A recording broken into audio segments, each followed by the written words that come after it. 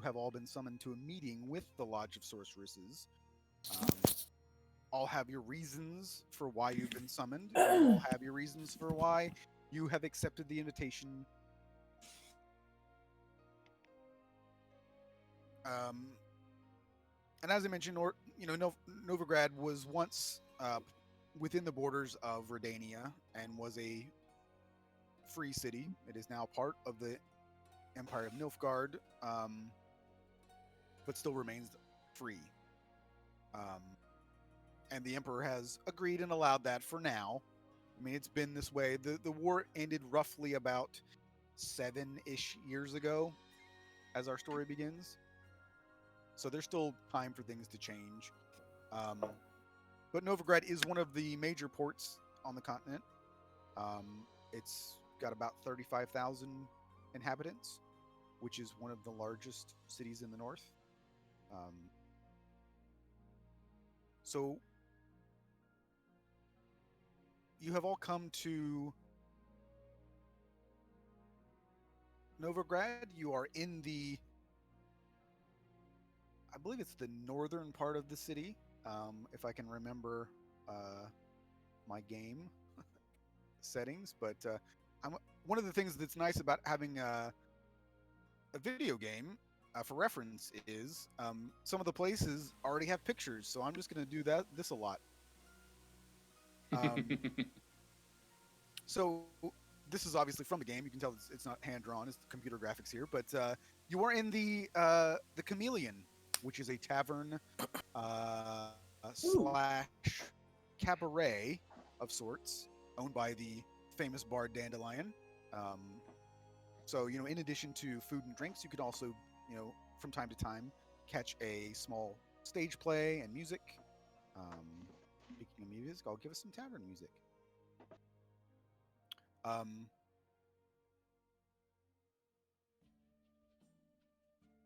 Obviously, this picture doesn't have anybody in it, but you're in it.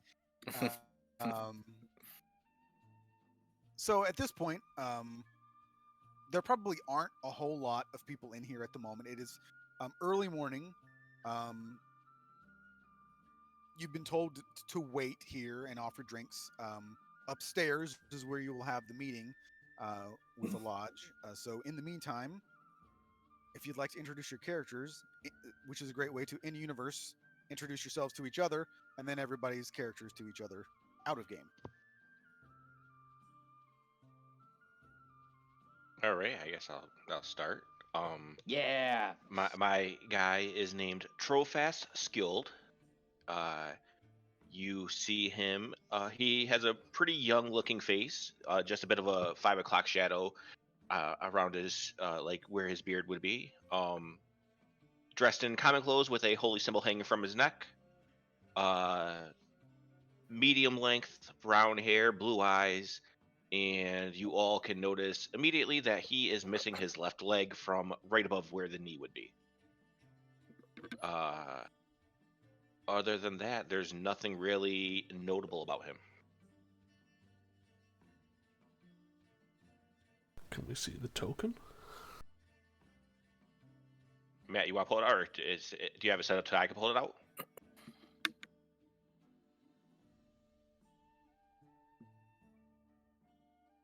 Can you guys not see it on the right-hand side? You might have to zoom out. I'm zoomed all the way out. Oh, my connection to the server has been interrupted. Yeah, I mean, I see a black bar that pops up on the bottom, but... That's it, yeah. Yeah, I see a black bar down there, but nothing else. Yeah, the black bar is just because of the stupid way that this 420 works, but... Oh, yeah, my connection just got briefly interrupted as well. I just pulled out 3 of them now. Okay. Oh, hello. Oh, hey. Oh, that's nice. I like that.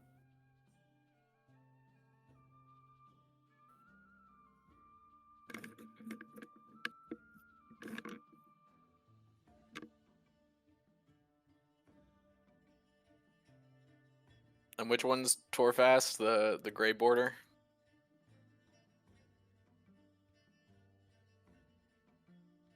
Does that work? Can everybody see that when I make the... Yes. Oh, God damn it.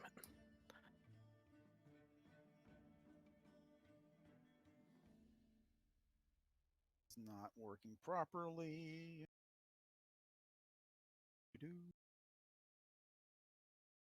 Oh.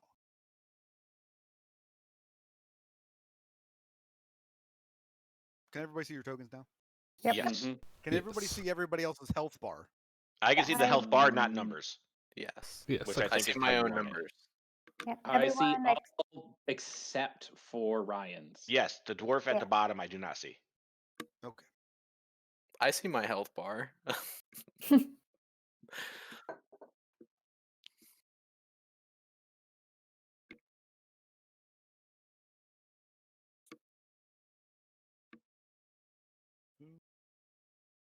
We're all fans of the Roll20 technical difficulties. Indeed. wouldn't be a game without it. Hey, there we go. Perfect.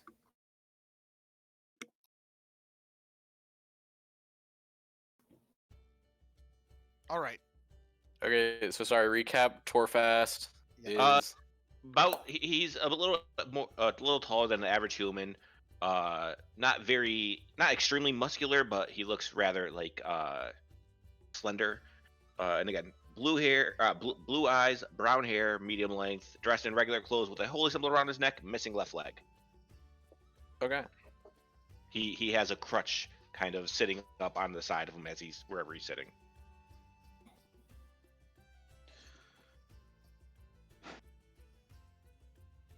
Don't be shy, guys. Come on, What do we you know say how to you do think this. we next? Yeah. Hi. I'm Euphemia. I'm Euphemia Swiftwind. And this is Milo Swiftwind. No relation. No relation. And absolutely thrilled to be here and meeting people. And what can I say? We've been on the hunt, on the run. We get a bounty on our heads. That's how we became adventurers. I have a family. And Milo's like the awesome uncle. And oh, geez, Milo, I don't know. What did we say? I think you've said plenty.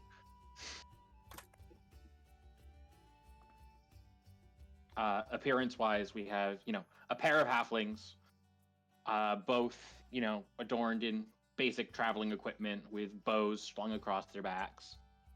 Milo, at least, has a little bit darker skin and a just mess of curly brown hair that's been tied up into a rough ponytail behind the head. Who seems tolerant at most of his current surroundings and listening half-heartedly to the other halfling go on at this point. Euphemia is clearly a little too excited to be here. Her shaggy, like chin-length hair has been haphazardly pulled back. It's definitely more of a deep red auburn, hazel eyes. She's got a scar on her eyebrow that where it doesn't quite like grow straight, which gives her a slightly more quirky appearance. And she clearly is fond of oversharing. And I guess at this point, Sylvie would pipe in and be like, I don't think sharing that you have a bounty is good. And she is a average height human, slender, with red hair and brown eyes, wearing just traveling clothes. Nothing much else on her besides her pack. Oh, and she's got a gray mouse, or a great rat that's hanging around on her shoulder, staring at everybody.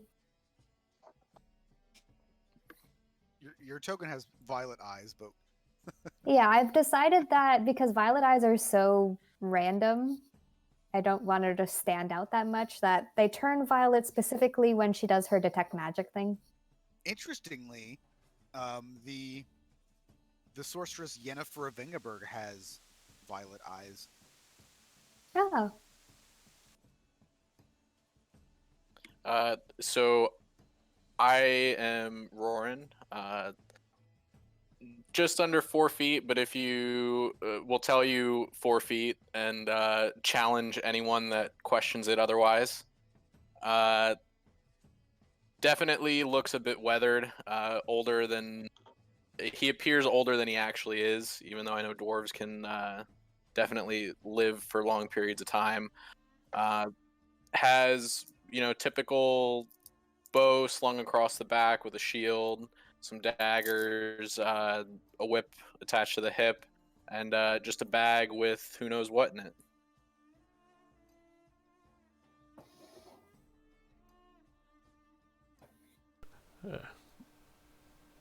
Well, that's gonna make jobs a little more difficult.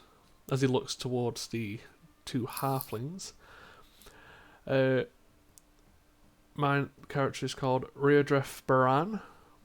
He is a half-elf, generally keeps his head up. He's a slender build. He carries around a shield and two swords.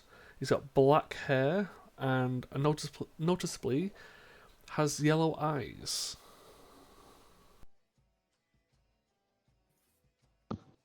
Are yellow eyes like distinction of Witcher? Being a Witcher, yeah. You're one to talk about it being hard if you're going to be. I imagine you'll draw your own fair share of stares. Sorry, Mike, is it Torfast or Trofast? Trofast. I'll point to Trofast. Are you going to be slowing us down? And I'll gesture at your gimp leg. He'll kind of put on like a half annoyed but half kind of like accepting smile and just say, "Hey, we'll keep up." Hey, we just met. No need to throw around accusations about anyone slowing anyone down. Am I right? Hey, come on. We're here for a job, right? Let's get excited. Who knows? There's mystery ahead. And danger. Well, it Probably. is sort of exciting. I mean, this is the first time I've been in such a large city. Oh, I didn't introduce this. This is my rat, Poe, and Poe just hops on her hand, and as she brings her hand closer to the table. Oh my God, he's so cute. Oh, goodness. Milo, do you think the kids would like something like that for a pet? Assuming it didn't eat him out of house and home. Oh, the kids do that easily. Well, I wonder why we've been summoned here, considering the wide collective of people. Because this isn't the usual type of group people ask for. I was just looking. This is off topic. I think Mike's character is the only one who has like a normal lifespan. Isn't? Oh wait. Why do sorcerers or like casters live longer too? Sorceresses tend to, and witchers do, and dwarves and halflings are. I think they're not. There's no mention of for halflings, specifically within the Witcher. Dwarves? Dwarves do live a long time, but it's less than the D&D dwarves. I think it's like. Oh, okay. I think it's 200, maybe. Okay, yeah, in D&D, I think it said like 300 to 400 or something like that. I mean, 200-ish. 200 is what you quoted me at when I was thinking about making a dwarf. I mean, to be fair to Mike's character, with his gimp leg, I'm pretty sure he's got a shorter lifespan. Yeah, absolutely. So yeah, and it's around 200 in The Witcher for dwarves, and it's a little iffy for Sylvie, just because part of the longevity for sorceresses is some of the actual training that they go through. If you've watched the Netflix series, the whole ritual, that horrifying thing that Yennefer goes through, that extends her life. Sylvie obviously has not done anything like that, so.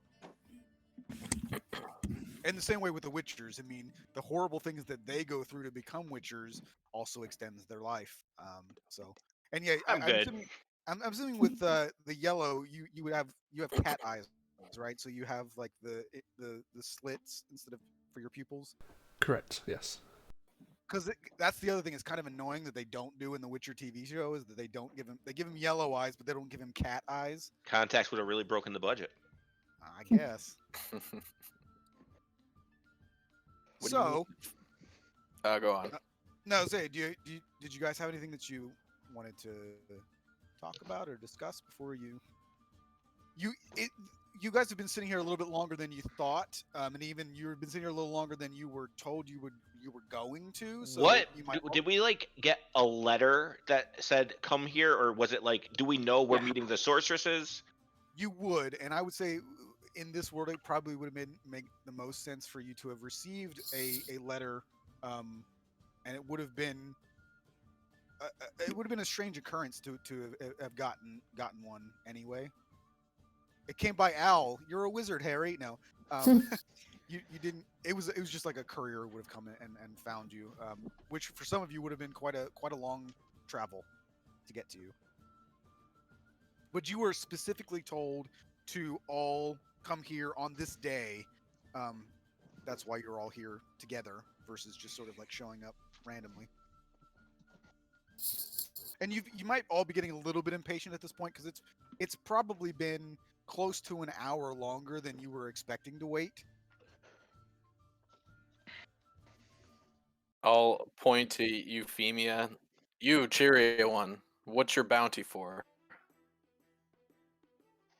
Oh, shooting here and there. I'm sorry, what was that? Shooting here and there? Oh, yeah. Like killing? Oh, I mean, hasn't everyone here done something of the sort? Oh no, I don't think I would have. At Come least not on. on purpose. Just got through a war. Are you Whether telling me you you've never shot anyone? Thrown something at them? Or even I had have just a not- proper bar fight? No. You've been missing out. While killing is kind of common, getting a bounty for it isn't. Where's your bounty from? Who's after you? The Northern Kingdoms.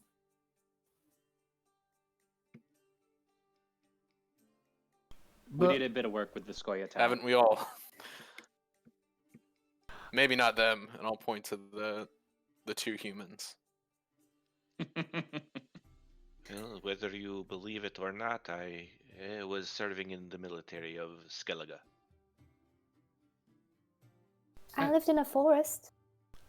yeah, and generally, my kind don't like to kill humans unless forced. We kind of stick to monsters.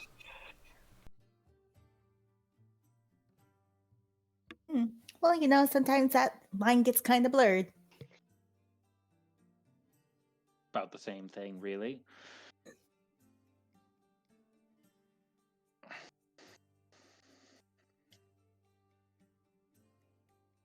And you said there's like a barkeep and stuff like that. Just it's like kind of Yeah. like a dead bar. Yeah, because I mean it's early in the morning, so most people wouldn't be here drinking at this point. Mm. But yeah, so there's a barkeep, and there might be one or two people, sort of milling about. But yeah, it's pretty empty at this point.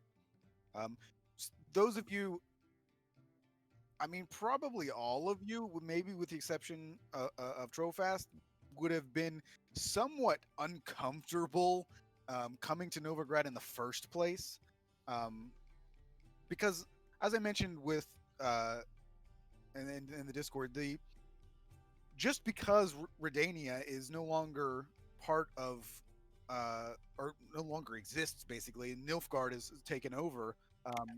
You don't change the culture of the people in the place that quickly. So you may see more Nilfgaardians milling about, especially in Novigrad, than you would have previously. I mean, yes, Novigrad is a free city. However, towards the end of the war, King Radovid the Fifth, who is a terrible human being, persecuted mages and killed non-humans at the stake. So here's a to give you a little history of the place that you're in, really quickly.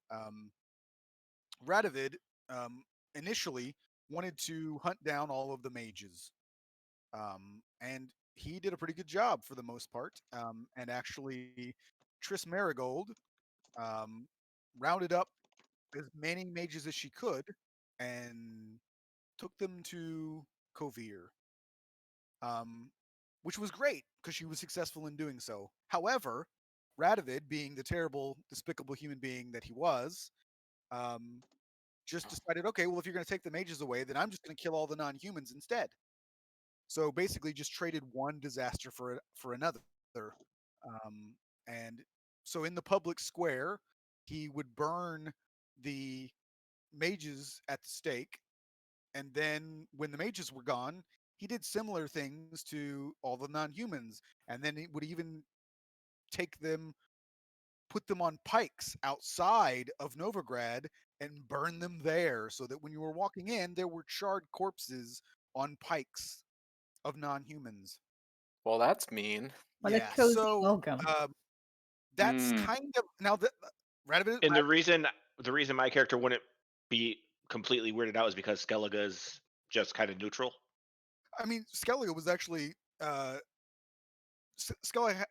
I can't talk. Skellige had no love for Radovid or Redania, but they didn't have any love for the Black Ones, as they're called. That's what they call the Nilfgaardians, the Black Ones, or the Blackens, because they wear black armor. Um, but yeah, they don't. The Skellige is kind of their own thing. They look out for themselves, first and foremost. So they have relations with some of the northern kingdoms, but they weren't specific allies with any of them. Um, so like in the games, um, the people of Skellige are more allies to Geralt and his friends, but Geralt doesn't represent a a country. Like area. So they're loyal to certain people that have done good things for them, and Geralt helped them do a lot of different things, and he helped actually get their queen. Um, Saris on Crate is her name. I don't know if that'll come up, but that's her name. And so yeah, they're not allies to any specific nation. But yeah, I mean, you wouldn't, as a Skellige, and here's the thing: they're called You would be called a Skelliger. As a Skelliger, you would not be too worried one way or the other. Um, Skellige doesn't actually have many non-humans on the islands. Most everyone Just is a throwing it out human. there. Horrible missed opportunity not calling them skeletons. Right. Hmm. But yeah, Skelliger is what you would be, and the one, so they're based on Vikings and like the pagans as well. So like you have a lot of a lot of the druids come from Skellige, and they also are very good sailors, and they would actually do the same thing that Vikings did, and they would go along the coast and they would raid and pillage. Okay. There's a little less of that now, um, but that's kind of that's what they're known for. And I mean, they're known as like barbarian fighters. Like there are with Ryan's original character. I mean, like they have a potion of sorts that they drink that literally turns them into bears Okay. to fight. So that's not even a magical like spell like a druid. Like they actually have a concoction that turns them into bears. My people. Right. It doesn't usually go well for them. A lot of times, like when they try to turn back, they die. So it's it's not exactly it's not a Give and druid. take. Give and take. Yeah, it's not a wild shape type of thing. Really, it's sort of the yeah. But it's also they don't keep their wisdom or anything either. They just turn into feral bears. So it's usually not a good thing that they do it, but they do it. They're berserkers. Fair enough. So yeah, that's kind of the some of the history of the place that you're in Novigrad. But obviously that was a little while ago. I mean, it's still less than probably 10 years ago, so it's somewhat fresh. And you would also again still have people who have a lot of dislike for mages and non-humans. Now, with if and there probably are still some mage hunt or some witch hunters as they're called, um, and the Order of the Flaming Rose, probably still somewhat are still around. Um, but without the witch hunters, um, Sylvie wouldn't have too much problem walking around because it's not obvious that you're a sorceress necessarily. Um, the rest of you can't really, like witchers. Everybody knows what a witcher is now. I mean, they're going to see you, and then dwarves and halflings aren't going to be. You can't be inconspicuous about that. Um, So mine's more. I'm just a I mean, we could plain buy a regular trench coat. human. yeah, I mean, honestly, the only one who, if they can't tell that Sylvie is a sorcerer, or a witch, or whatever you want to call her, um, she's the only one that could probably walk without some sort of discrimination because you're like, you know, Trofast is a human, but he's also has a disability, and people, as True. we all know, treat people with disabilities like crap because humans are awful. Um, and yeah, the vast majority of people in Novigrad are humans, but there are others. I mean, there are elves who live here, there are dwarves who live here. So it's not like seeing you would be um, strange. This song is really loud. I'm gonna turn that down a little bit. So I mean, it's not like you would they would the only one that they would stand out and that they would call a freak and spit as they passed is probably the Witcher, because they would give it all the rest of you the side eye, but the Witcher just discriminate against everywhere. They call them freaks. Yeah, they treat I them mean, probably until worse they than need anyone. something from them, right? Yeah, then that's the thing. Like, there's cases where like then after they want them to do, then they try and screw the Witcher over by not paying them, or paying them less than they agreed upon, or they treat the Witchers probably worse than anyone. They weren't hung and burned at the stake mostly because who's going to They're try? powerful and scary. Exactly. No one's going to go against them. They see, and the main thing is that, like, obviously the thing about the Witchers that throws that aside from it's really the eyes and the swords. It's those are the two things that make a Witcher stand out. Um, is that nobody wears two swords on their back. Most people don't wear swords on their back at all because it's not in real life. It's not a thing you would do because you can't unsheath it very easily. But that's what, if you see two swords, people just think Witcher. So if you don't want to be considered a Witcher, you would never do that, and most people wouldn't carry two swords to begin with. So yeah, but again, I mean, Witchers, they don't care. I mean, they care. They don't want to be treated like crap, but they're not gonna, alter Go. their life to please anybody else. And Rob, I think you were the one who said something about like why we're all here.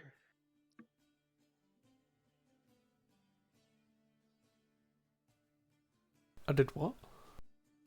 Or is your character the one who said like I wonder why we're all here? We're kind of like not the group you would expect to be gathered. Yeah, because think of it: a witcher, a sorceress, two halflings with a bounty, a lame human, and a dwarf is not your usual. They walk into a tavern. It's more of a joke. Trofast will look over to you and, well, it appears that you have a skill set that is pretty obvious. I was a soldier. It cannot be anymore. What about the rest of you? Fighters? More or less. Yeah, Sounds about right. I've got a dagger. How old are all of you? Old Sylvie's enough. 32. Trofast looks young, like in the face, but he is 28. Milo would be like early 30s.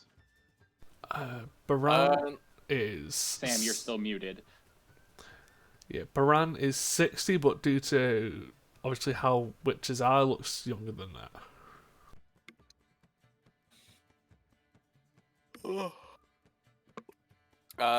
I'm assuming the equivalent of like 40s would be for a dwarf like just past 100, right?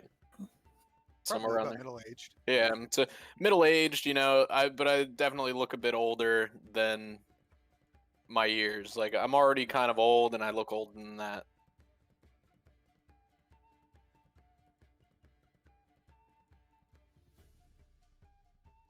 so by the standards of lifespan, the halflings, I assume, then would be the youngest. Because if you're in your 30s, that would be. I thought that Witcher ones had the same lifespan as regular humans. Yeah. No, they would be similar to the age of halflings in like hobbits, and I think they live longer, don't they? I could be wrong. Yes, hobbits do live a bit longer. Not a lot, though. I have no idea, actually. So these halflings are like the equivalent of early 20s? Or did you guys intend to be old? 100 They said years. their average lifespan is about 100. Oldest hobbit And there are old ones, 130 and up, but average is 100. Yeah, so probably the equivalent of like late 20s at most. Like it's not a huge difference from humans. So what is Bilbo say? The 111th birthday or something like that? Yeah. Yeah, but Bilbo was also a unique exception Yes, he because was. of the ring. What, was he older because of it? Oh my god, Yes. nerds! That's why Gollum lived so long because of the. I thought it was just out of spite. It was his Oh. 111st birthday, so he was 111st. 111. I mean, to be fair, at that stage of life, you can call it whatever the fuck you want. Right? This music is annoying me because I have a bunch of different songs and it keeps playing the same friggin' one on skip. All right, so like I said, it's about an hour past what you expected the wait to be, and eventually you see a young-looking. Everybody, just because you have your tokens out, everybody do an. Let's just do, I guess, do an insight check to see if you can recognize the just a guess, I suppose, of this person.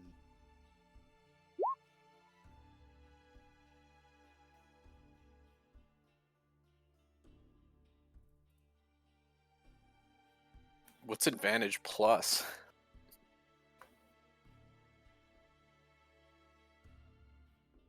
It's basically rolling 3 dice. Like if you had elven accuracy. Sam, you gonna roll? Oh, I did. Oh, I'm sorry. I accidentally hit to me. I got a 22.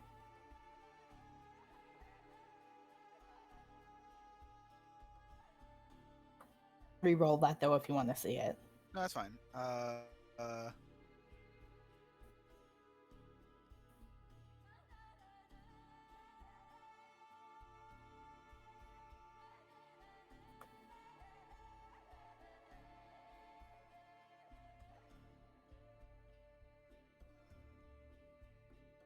Shane, did you roll?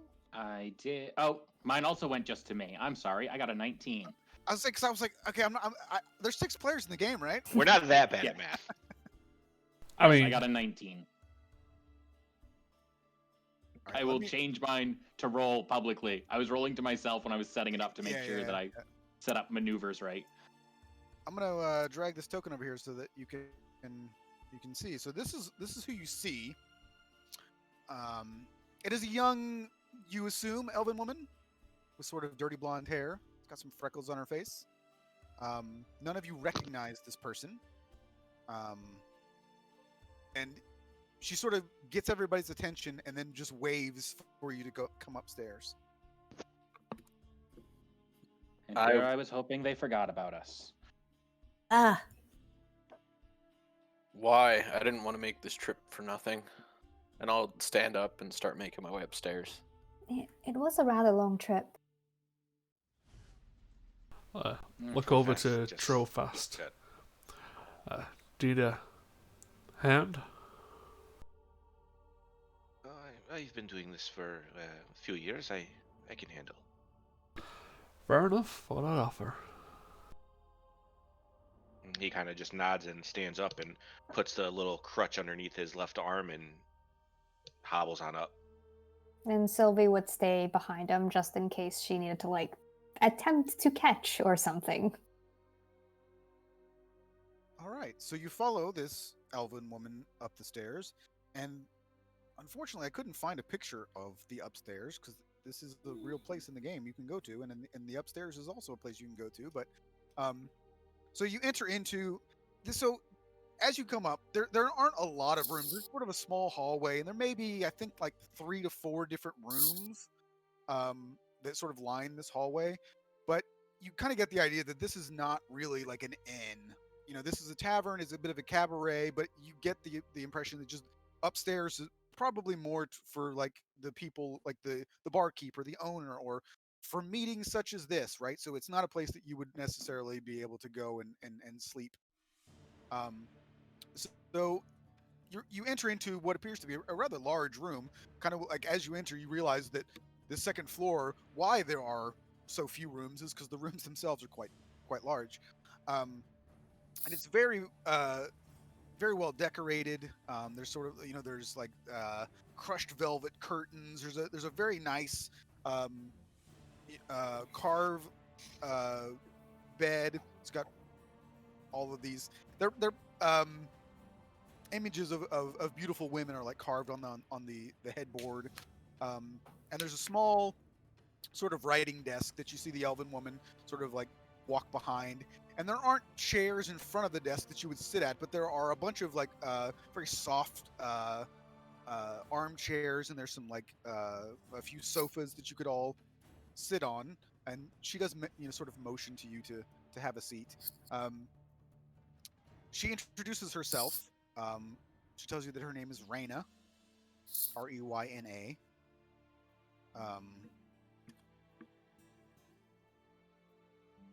She's probably about 5'7", 5'8".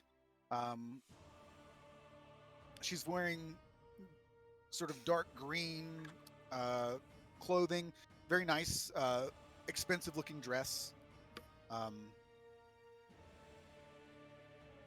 It's got some gold jewelry on, so you can see that she is sort of living up to a bit of the expectation that you would have for a sorceress. And so as you all take a stand or decide where you want to sit, she has a seat at the writing desk and kind of slowly kind of looks around at each of you, kind of like not necessarily meeting your gaze, but you can see that she's like purposely looking at each of you for just a moment and then moving on to the next person, kind of looking for a moment, just kind of scanning each one of you. And she introduces herself again as Reyna. She says, I do apologize for making you wait. Philippa was supposed to be here for this, but she seems to have decided not to come. And you can see that she's kind of agitated by this fact. So I suppose all of you might be curious as to why you're here. That She would kinda be a looks good down place at- to start. She nods at you. Well, I'm not sure if any of you have any sort of knowledge about the Lodge of Sorceresses, but we don't necessarily have the best reputation, and it is our current goal to fix that problem. In the past, we have. And she kind of stops and made some poor choices. I was not involved myself. I am a rather recent addition to the lodge, but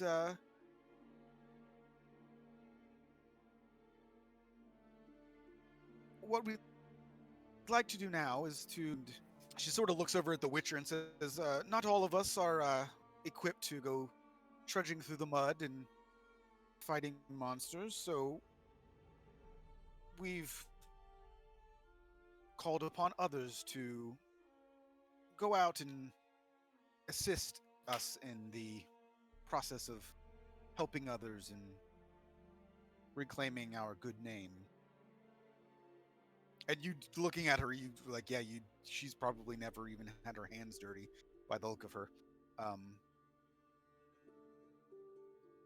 she says, "So that's why you're all here, and we have, of course, extended these offers to others beyond yourselves. So basically, we have a few things that we would like for you all to accomplish, and it's not timed. You don't have to necessarily go about these things immediately, but um,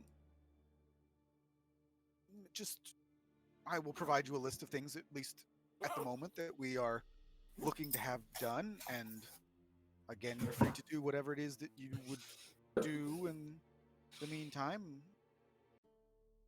She's just kind of looking at all of you like she doesn't know what any of you do really, besides The Witcher, probably. Um, How much does and it pay? I'll say as I like pull out a flask and take a swig. yeah, she kind of looks at you a little askance. Well, the lodge is quite powerful, and we can certainly offer you money, but we could also offer you other things, whether it be assistance in accomplishing your own goals, since you will be helping us with ours. We could offer you knowledge. We could offer uh, any number of things beyond gold, but if gold is what you seek, we could also do that. Uh, as a token of our goodwill, we do have a few things that we can offer you now. And she leans over to the side of the desk and she pulls out a pack that she sort of just puts on top of the desk and motions for any of you to come and get it. Oh, thank you. And Yuffie, Sylvie will step forward. Milo stops Yuffie from getting up to go get the pack. So, I will put this all in your journals if Roll20 will let me.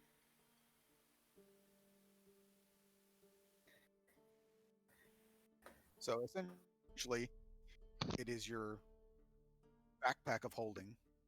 Ooh, I like this. This is cool. that's a Um, funky so- key. Right? Yeah, so I put that in the. So you all should hopefully be able to edit that. So you can Bag keep of track. holding contents. So that way you can just type in stuff that you want to put in there, right? So that you don't have to Yep. like keep track of it separately. So as long as you can edit it, I think everybody has access to do it. So that'll be something that you can just whatever you decide to put in there, you can keep track of it in Roll20. She also gives you a. She gives this one specifically to Sylvie, and it's sort of a kind of a long, thin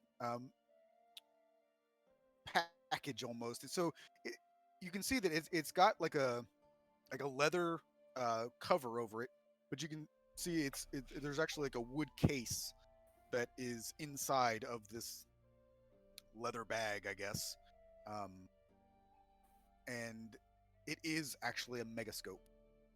Oh, thank you so much. Auntie Eda told me about these things, but I've never actually seen one in person. I'm sorry I didn't bring you any gifts. This is not really what this is about necessarily. This is just again a token of our goodwill to show you that, we are willing to compensate you for the work that you may do. And actually, I'm going to put this in Discord real quick. So, this is actually from Thronebreaker, but if you look at this thing, you can see that that's a megascope. So it's actually like 3 different stands with these like little mirrored glass there, and then there are these little power crystals that you can see that are behind them. So you basically have to set those 3 stands up, and then you like make a magic circle in the center, and then so this is essentially someone talking to someone from a very long distance away with a megascope. So that's what the weird little. That's what that is. So just kind of give you an idea what a megascope actually is, kind of what it looks like. That's it. So that's why it's in a sort of a case that you have to carry around, because it's got basically 3 stands that you have to carry around, and also you have like all of these sort of these glass lenses and these crystals and stuff. So it's kind of a big package. It might be something that you could even put in the bag of holding, because it's somewhat cumbersome. She would kneel down, kind of open the bag of holding, and poke around in it, and then stick the megascope case in it. So I believe that the megascope in its description is listed in the items Yep. channel. So Now, is the megascope an item that would be large enough that, like, it's weird that it fits in this bag? no, because I mean it's not particularly wide, so it's basically just kind of like it's longer, but it would certainly fit in the opening. Okay. No, I mean, like, in terms of, like, does it look like it's, like, would this key us off that this is a magic bag? It's probably For like those what, of like us- a 3-foot long box that you're shoving into a backpack. But having done that, yes. So it doesn't look like the megascope would fit in the backpack. So yes, if you weren't aware that that's what it was, it would look a little odd. Again, the only reason I'm doing this is because bag holdings don't exist in The Witcher. I'm just doing it because, based on video game mechanics and the fact that like Geralt carries around a bunch of crap that he wouldn't really be able to carry. I'm just doing it so that, again, just for the sake of ease, and then we don't have to worry about the crap that you're carrying around. Quality of life. Exactly, because I don't want to keep track of it, and I know most of you don't want to keep track of all of the crap that you're going to pick up and carry around. So just easier that way. So we're fudging the lore right off the bat. But I mean the one cool thing about the Witcher lore is that there's not a whole lot that says it doesn't or can't exist, right? So to say that there's something like the bag of holding couldn't exist, we've just never seen it in any of the books or games or anything. So that's the way that I'm getting around most of the stuff that I'm gonna break the rules for. What do you mean Geralt has one? I mean, well, because there's stuff that, like, if only the first game was out, there's stuff that would be like, well, that doesn't really exist. Well, in Witcher 3, it does exist. So had we played the game, 10 years ago, it wouldn't have worked, but now it does, right? So like that's kind of the way that I'm keeping the lore in check, is just saying, well, maybe we just haven't seen it, but it exists. Okay. So some of you may or may not have seen a bag of holding before, though, so it might be somewhat surprising to see it happen, but it wouldn't blow anybody's mind necessarily, unless you haven't seen magic at all. I'll look at Sylvie. Are you gonna carry that, or should I? Oh, well, I mean, it's light enough. I don't mind carrying it around. Anyone can add things in it, of course. I don't know if I would like the person who immediately asks about money to carry our belongings. Oh, I don't care that much about money. I just don't want them to think that we're doing work for free is all. But fair enough. I guess Trofast does have a point. I will keep the bag, and if anyone wants to add anything in it, just, I don't know, open it up and throw something in. And Rene also says, as far as the megascope is concerned, can use that to contact her or possibly one of the other members of the lodge to keep us abreast to the progress that you're making, or if you have any questions or anything of that nature. Of course. Does the other person need to have a megascope?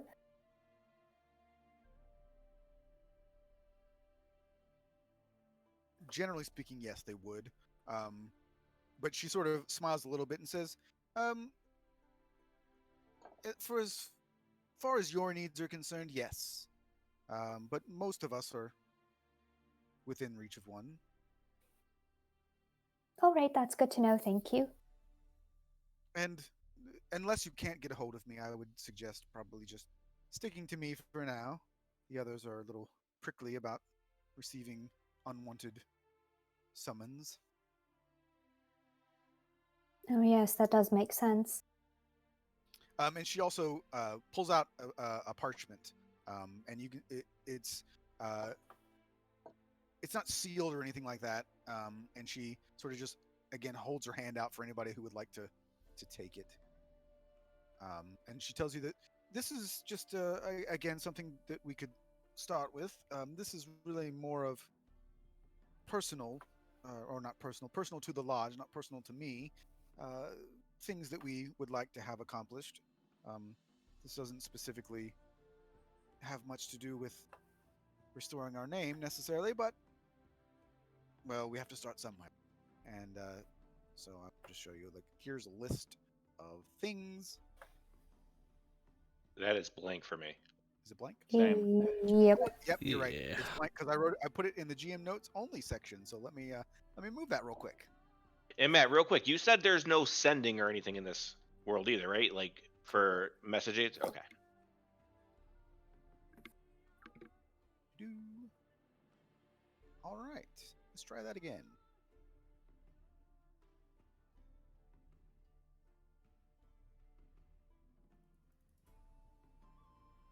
And That I'll worked. that in your. So that should hopefully be in the same under the loots and items, so that you can look at it. Progresses. Mm-hmm.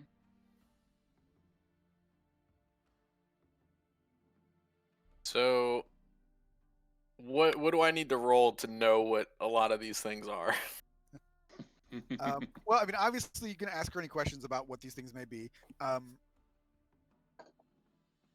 would say, if there's any one of these things that any of you would or your characters would be specifically interested in, and then you can roll a history check probably for most of these.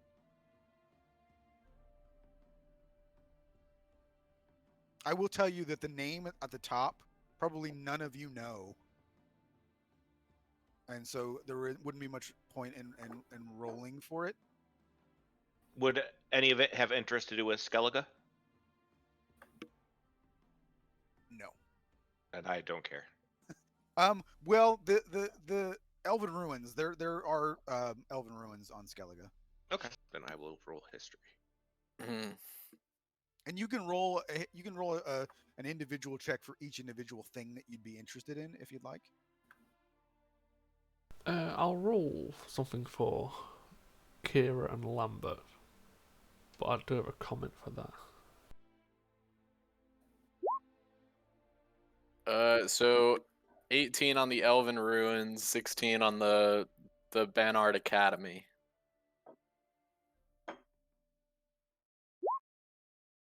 So, the Elven ruins are. I mean, this is probably something that most of you would be aware of, and probably wouldn't need to roll. So, I mean, all of you, I'll just say, at the very least, have come across some of these because they are literally everywhere.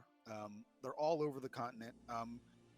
A lot. The only places that you wouldn't. I mean, a lot of them are buried, um, because there was a lot of subterranean buildings that the elves made. So there are, and obviously, just over time, things have, as they do, they get buried.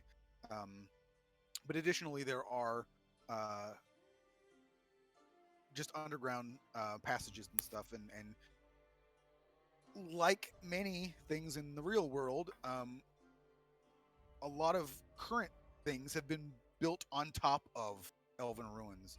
So, as an example, even just from the game, there's an issue where um, somebody was complaining about noises in their basement, and so they think it's a monster or a ghost or whatever. So they hire a witcher, and the witcher goes down into their basement and breaks through a loose wall and sees that there is elven ruins under there, and leads to all manner of adventure from there. But that's the kind of thing that is not particularly uncommon. Novigrad itself is actually built on an old elven city. So pretty much anywhere you go, you can find elven ruins.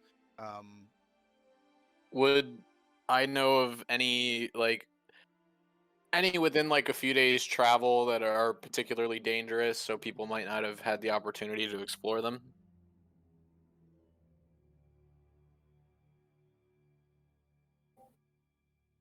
I'm trying to think what I want you to roll.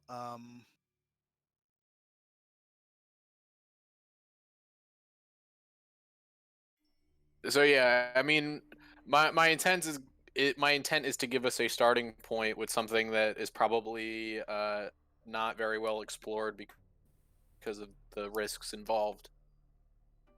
Well, as it turns out, Reyna has something to say about that.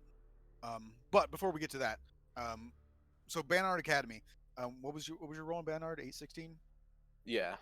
So with a 16 on Banard, you also know the 1-2 up from that, Aretuza. So the Banard Academy is the home of it's the school where male mages are trained. And Aretuza was where female mages were trained. Banard Academy still exists, and it's on the map. That I don't really want to move it right now, but it's to the northeast of Novigrad. Pretty far though. Yeah, isn't it in Mostly Kedwin? east, slightly north. Yeah. And Aretuza was on an island south of Novigrad, but it was destroyed by our good friend King Radovid. Hmm. So, brief history to that is that one of the lodge members took some of her students, attempted to flee. They were unsuccessful, and Radovid captured and killed all of the. He burned all of the students at the stake and kept the lodge member in his dungeons. He actually kept a number of the lodge members in the dungeons. And one of them that was supposed to be at our meeting here, Philippa Eilhart, had her eyes burned out by Radovid. So again, here's our good friend, King Radovid V.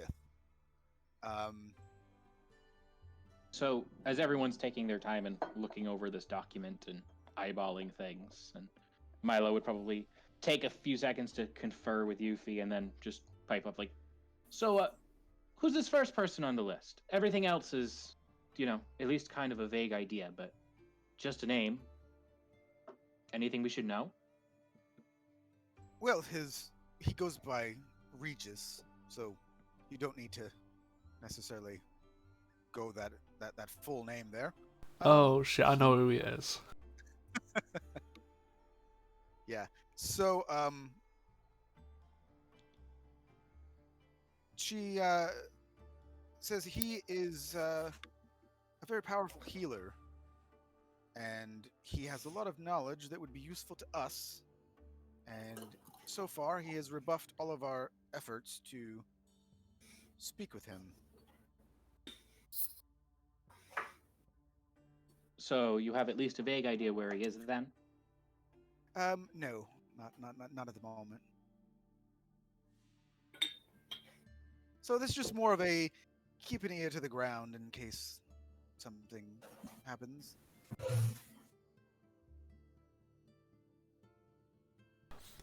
What about these ruins? Any? Last I heard, Kieran Lambert was in Beauclair. Yes, that is also the last time we heard from them as well. And we haven't really heard from them in a number of months at this point, which is a bit odd considering that Kira is one of our members and she has not responded to any of our calls to her.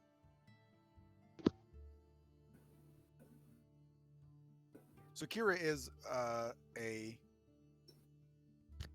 human sorceress. Lambert's a witcher of the wolf school.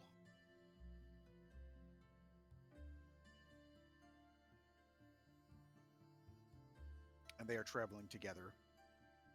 Beauclair is to the south. It is in, and always has been, or not always, but it is part of the. It is not considered part of the north. It is Nilfgaard.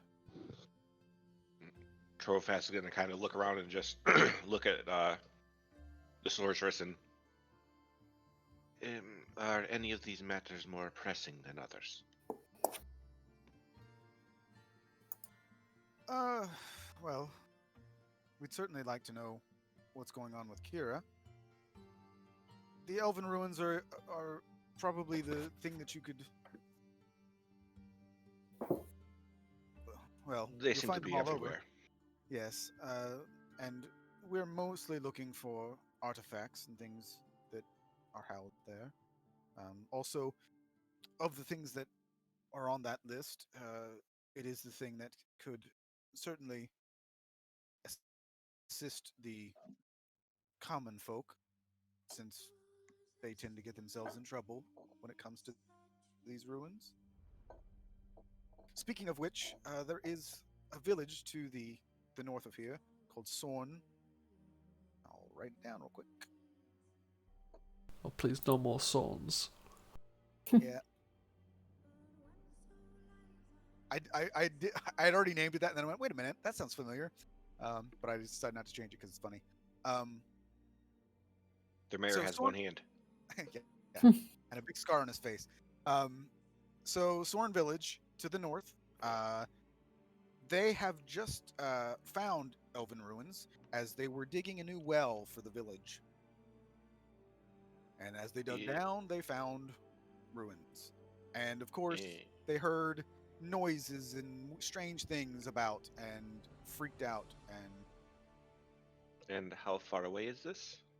uh, I believe it's, if you have horses, it's about 2 to 3 days to the north.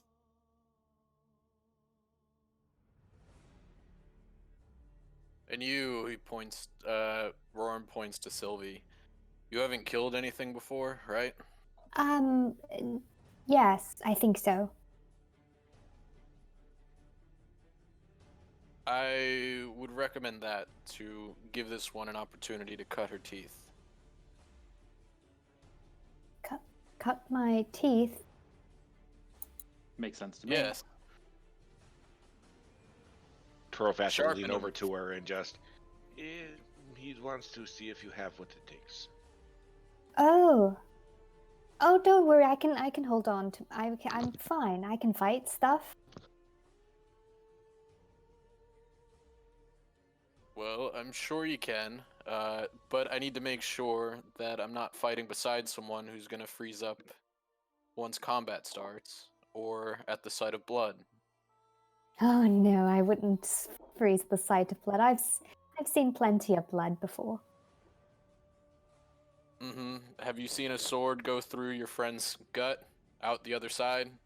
And I'll kind of like make a motion of like a sword going through my back. No. Changes a man, or woman in this case. I Torofast is have gonna kind seen. of giggle and just look at him and say, "Have you seen your own leg separated from your body?" No. No, not you, I. the little one. I'm Oh. glad to say no. My legs are short enough. Well, let's hope you do not have to prove this to me because it is a very slippery standard. I have seen someone accidentally cut their finger with a knife before while they were cooking.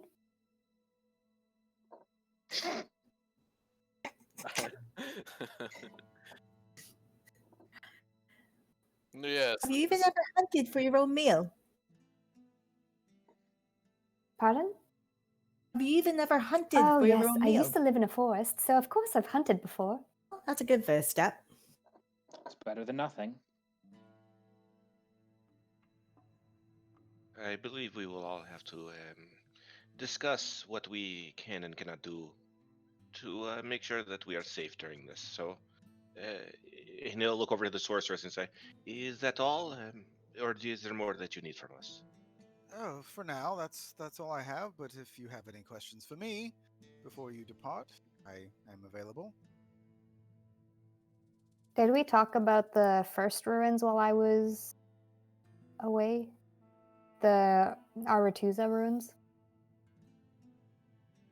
A little bit, just to the fact that it was destroyed by Radovid. Um, Okay, that's the ones you were talking about while I was. Okay. Yep. I popped in right at the end there. so that is the place that the female sorceresses were trained. And if you've watched the first season of The Witcher on Netflix, it's there. Aretuza is part of it. That's where Yennefer goes. But the school has been reestablished in Kovir.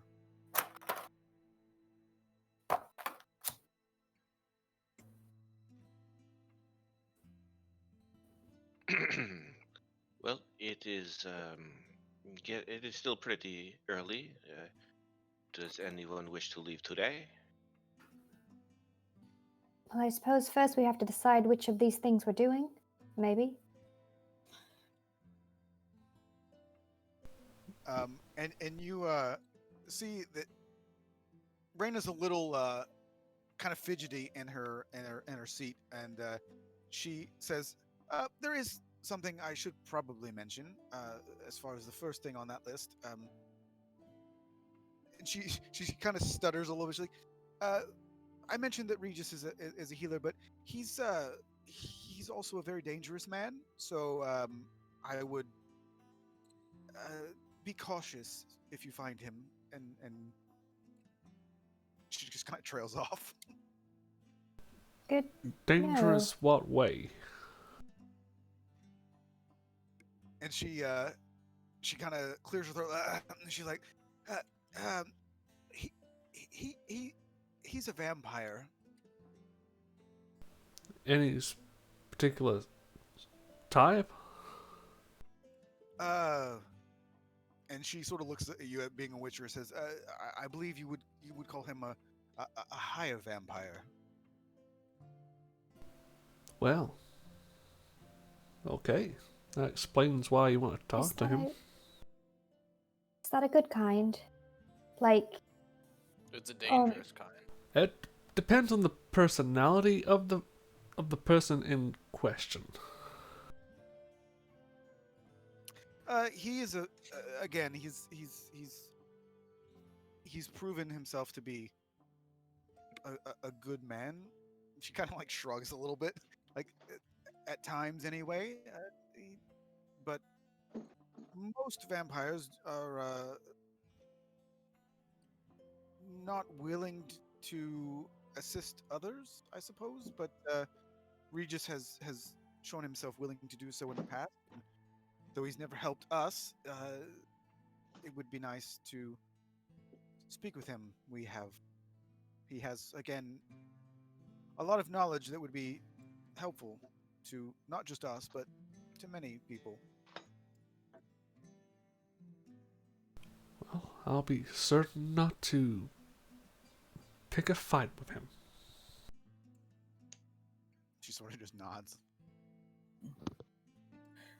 How much political power do you still hold between the Northern Kingdoms and Novigrad? She kind of raises an eyebrow. Well, Novigrad is a free city, and so no one has too much sway here outside of the leaders of the city.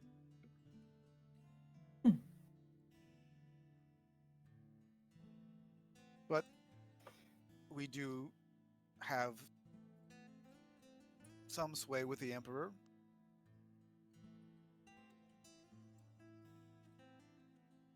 And everybody roll a history check real quick.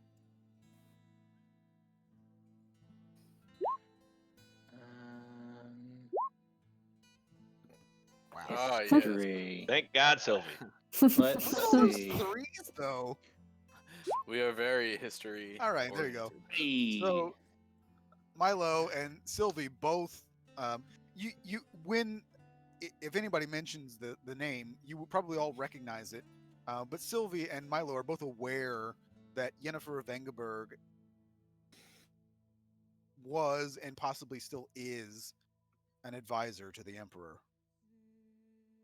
Doesn't get a whole lot more powerful than that. But if Milo or Sylvie I was make gonna say- mention of Yennefer, all of you have heard of her before. Milo would whisper this information to Yuffie, but otherwise keep it to himself. Oh, okay. And even Trofast would know Yennefer because Yennefer had, not necessarily in a good thing, Yennefer caused a lot of problems in Skellige a number of years ago. So she's Was probably that when not... she did the killing things in the grove? Yeah. That's just one of the things that she did while she was in Skellige. But yes, when she destroyed an ancient religious grove just to talk to somebody by casting, essentially again, casting speak with dead. Oh, I remember you talking about that before. Yeah. Yep. So that was just one of the things that she did while she was on Skellige. But yeah, she is just she doesn't have a reputation of being a particularly nice person to begin with. But yes, all of you would have heard of her, and all of you would understand partially why. Again, that's just one of the many reasons that the lodge has a somewhat poor reputation. The other was, of course, that they tried to overthrow kings and create their own magical kingdom, which failed, and a bunch of them got killed for it. But that's just, one of the things. Well, Reyna was not involved in that, though. Reyna is new. Trofast is going to stand up with an actual smile on his face and just put his crutch under his arm and kind of give a small, like, half bow to the woman and just say, I appreciate the opportunity. I will be downstairs when you all are ready. She nods to you. I'll get up to go down with you, and then while we leave, I'll just be like, so is it just the crutch, or do you have like a peg leg, or? I have worked with metal blacksmithing for years now, since I sustained this injury. I have made a plate leg for very poor mobility, but I am able to make it around the battlefield without crutch. Hmm. It kind of Must looks like suck. armor.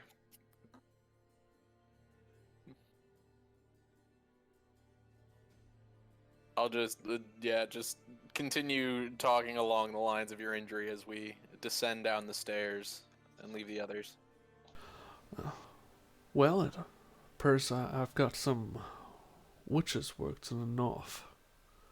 I'll see what I can find out and try and get paid for it.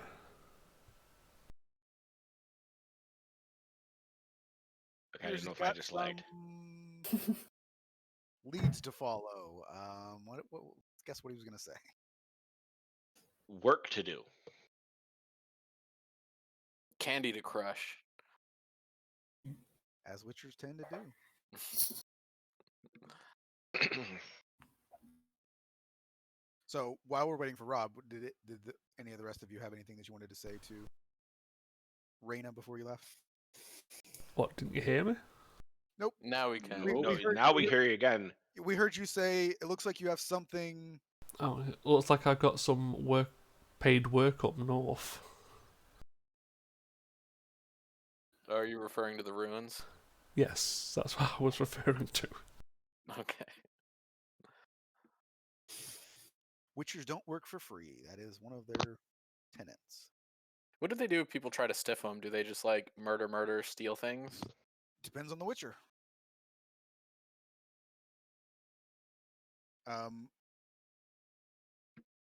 In the cases where that happens to Geralt, he's not paid. He usually just cusses and leaves. But that's not what they all do.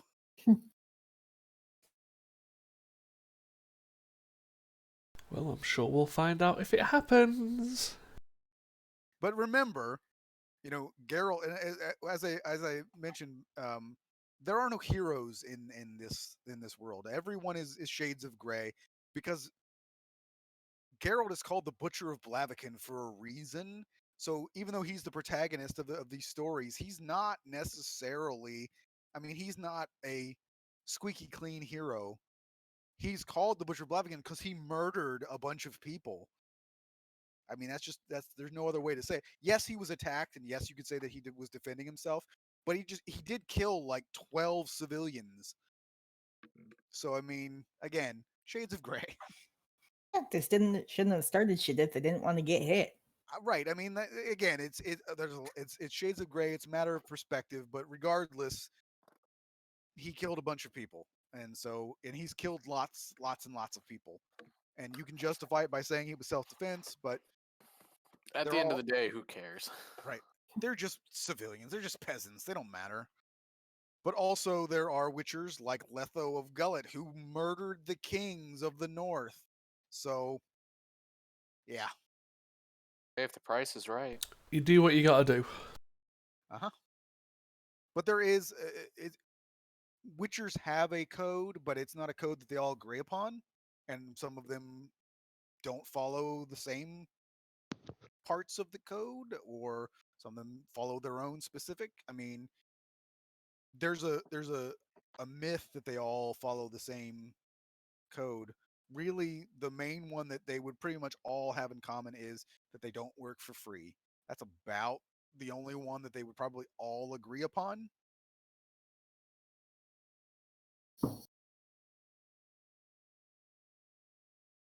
And I mean, you see if you ever read the books or play the games or whatever. I mean, like the sorceresses, terrible people,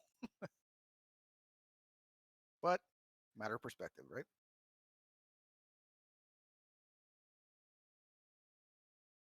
So what are you guys up to? I went downstairs with Trofast. I imagine that Milo and Yuffie would follow pretty soon after, unless Yuffie's got other questions.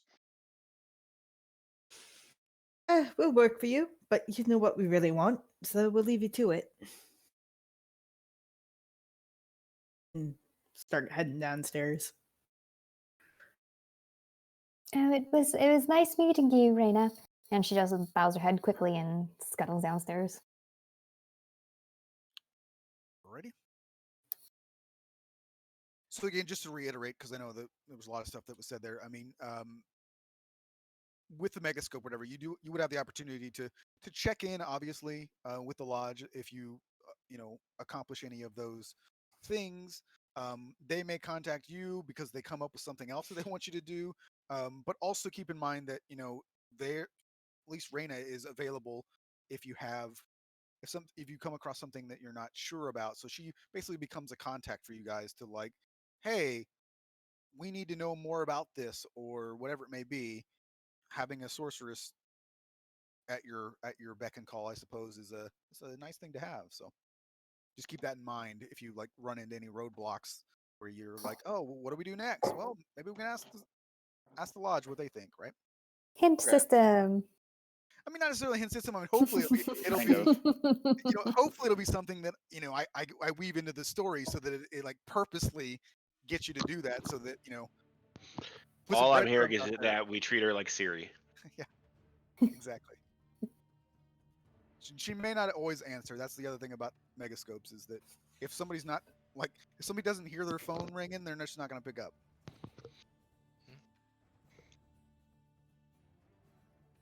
So, you have all returned to the tavern area of the Chameleon.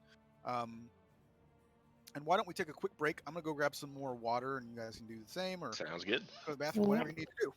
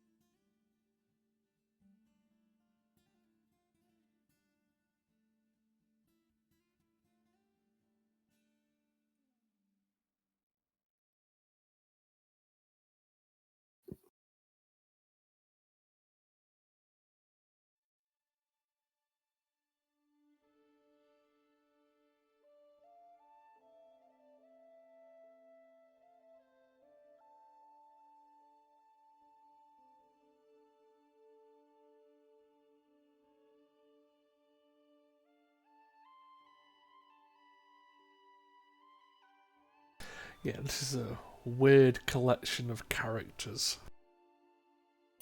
Yeah, I mean that was the kind of thing I mentioned. You're weird. When you guys go about, heading into villages and even really kind of Novigrad itself, I mean, you may want to split up into different groups and go into the towns at different times. Maybe. I mean, you do look like a circus show.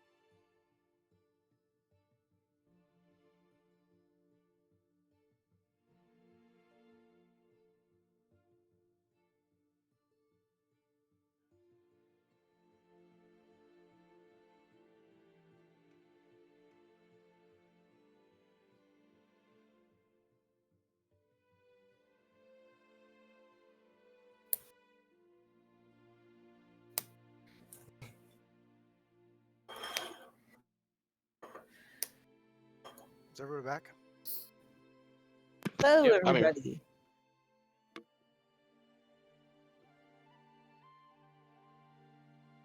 All right. So you guys have returned to the tavern, and it is now up to you to decide where you would like to go next. And I'll go ahead and move us to the map here. So again, this map in particular, I mean, it's difficult. I still haven't adjusted the distance, but um, it's an extremely zoomed out map. So you're not going to see Sorn Village or any village, for that matter, on this map. Okay, and where are we currently located? Sorry. Okay. That is Novigrad right there. Oh, that's where we are? Yep. I thought we were further south than that. Sheet.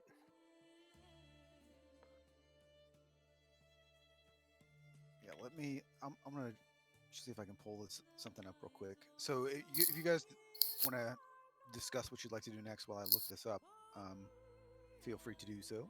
So, what's the plan?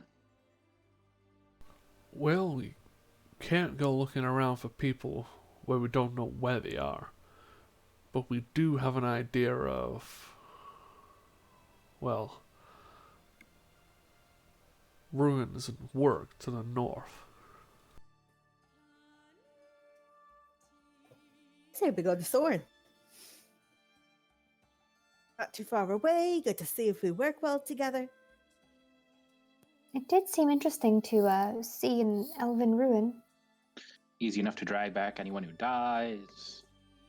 Speaking of working well together, what do you all do? I am a soldier, well, was, and I am good at making sure others don't. And he kind of looks down towards Milo and says, "Die."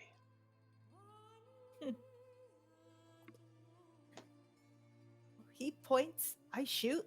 We got a good system going on there, and between the two of us, it usually works out well. Kind of just turns to. You told us you said you told us your name is Baron, right? You said you didn't say your first. Correct.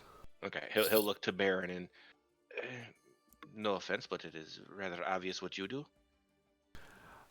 Yeah, I tend to kill the things that go bump in the night, or other things humans and regular people don't want to kill. And he'll kind of just look back and forth between the last two who haven't answered.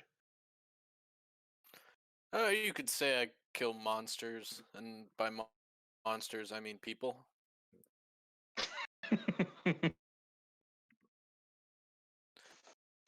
You know how war is. You kill some people here and there, and kill some monsters here and there. Soldier also. One and the same. Not your typical soldier. More of the. And I make like an explosion sound and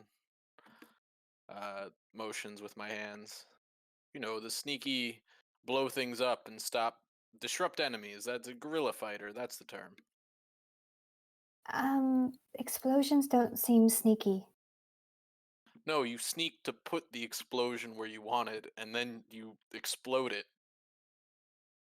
Before leaving the place with the explosion. No, you set it for a timer. You put a little fuse on it that takes a little while to go off, and then you walk out sneakily. And before Okay. anyone knows before anyone knows it's there, then it goes off. And So you sneak, explode, then you wait. No, you sneak, you put it there, then you leave, then it explodes. yes, exactly. At this point, Milo would be like conferring with Euphemia and trying to see if he knows, if he like recognizes Roran in any way beyond just, oh, he has said like this stuff about him. Like, if you are a notable enough figure that he would know you. I mean, how much do you know about the Scoia'tael? Let's start there. He was part of the Scoia'tael. So I mean, I would have done work in the. I would have done work in the whatchamacalls, it's in the wars as a guerrilla fighter for the Scoia'tael. Mhm. But I was exiled at one point for reasons I'm not sure you would know.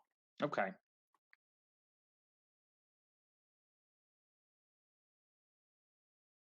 And there's Scoia'tael all over the place, so it's not like it's a centralized force where you would like. Right, but you know, if Yeah. Roran is a notable enough person to have been called here for this, maybe he is a notable enough person to be like recognizable by like a title or things like that. Like, is he No, the probably bomber of the not. north, or Probably not. Just yeah. I mean, I would have fought with them for a while. I wouldn't say like became any sort of famous figure in them, but then some things happened and we parted ways amicably. Um, did I say exile? That was the wrong term.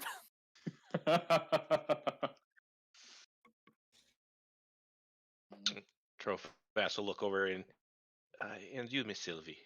Oh, well, I suppose you're all going to see me fight. I do stuff with fire mostly. Like, making fire appear.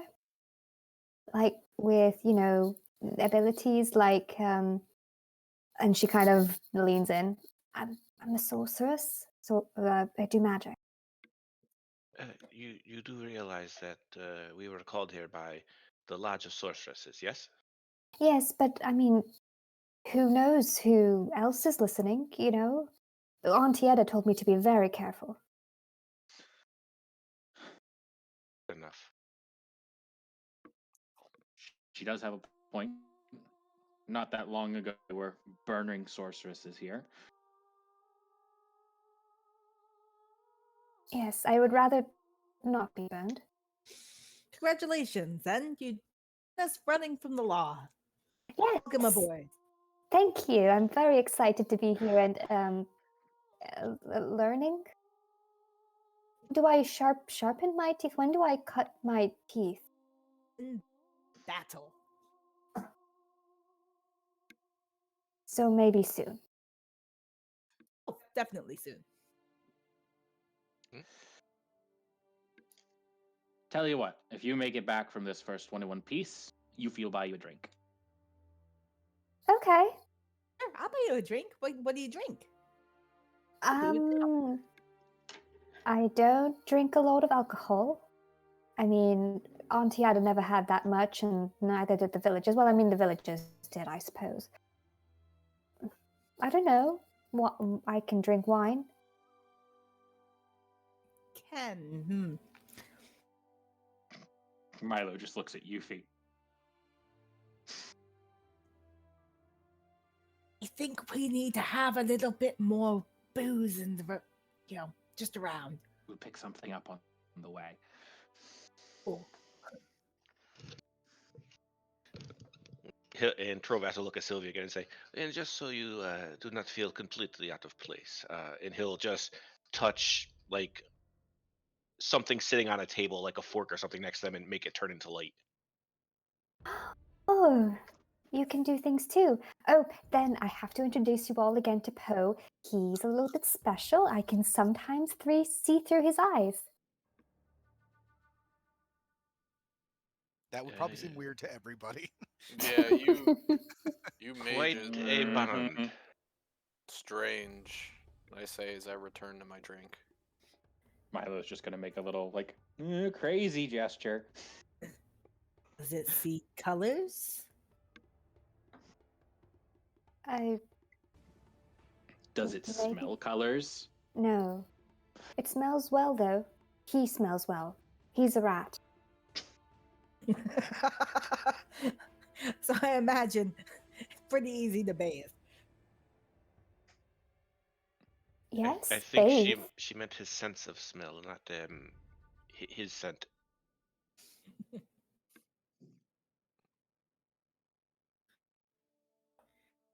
Well, I guess the first order of business should be when do we leave?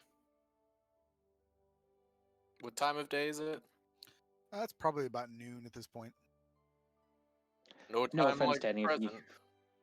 No offense to any of you, but I'd rather not stick around here any longer than we have to. Yes, the bounty. Oh. You should probably More avoid the- staying in one place for long. More the burning of dwarves and sorceresses and halflings. I thought that happened everywhere, basically. Just extra here.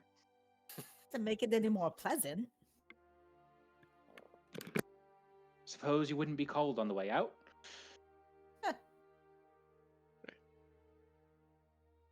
I will have to stop at the stable, get my horse, and I will be ready. Oh, I have a horse too. Her name is Winnie. Oh, that's cute. Yes. Hey, Mother, let's go get our animals. I'm sure Henry's worried about us by now. You have a horse too? Or a pony? We have mules. That works. Is it common to name animals for you? For me? You three, everyone, I suppose. No, I don't name my horse. It's just horse. It is very similar to my situation. He is called Hest because that is what we call horses. And horses aren't super common on Skellige, just because it's an island and it's very mountainous, most of it. I mean, they have horses, so it's not, you don't know how to ride. It's just there's not a lot of them, and normally it's for people that have a need to travel a lot through the islands. Because I mean, I can show you a map later, but I mean, Skellige is actually on this map. It looks like it's like 4 islands, but it's actually like 4 big islands and then a crap ton of small ones. Gotcha. So that was what I was gonna show you guys. So like that map that I posted in Discord, it's not particularly big, but if you open up the original out of Discord, at the very top of this map, that little like spot, well, not the very top, but where you see like all that red, where little red roof houses or whatever, that's Novigrad. So that's sort of like to give you a more zoomed in view of what, because this map just makes it look like it's all one big thing, and there's Yeah, it doesn't show like the little bits of like water around it. yeah, exactly. And so you'll see to the uh, to the southeast there, you'll see another little circular spot with like a more red houses or whatever, or red roofs rather, and the little like bridge that goes across. That's Oxenfurt. So if you go back to the main and look where Oxenfurt is, I mean, you can see that that's not really what this big map makes this look like. So yeah, it's definitely that map is zoomed out quite a bit. So it's very difficult to get the sort of the true lay of the land looking at that particular map. So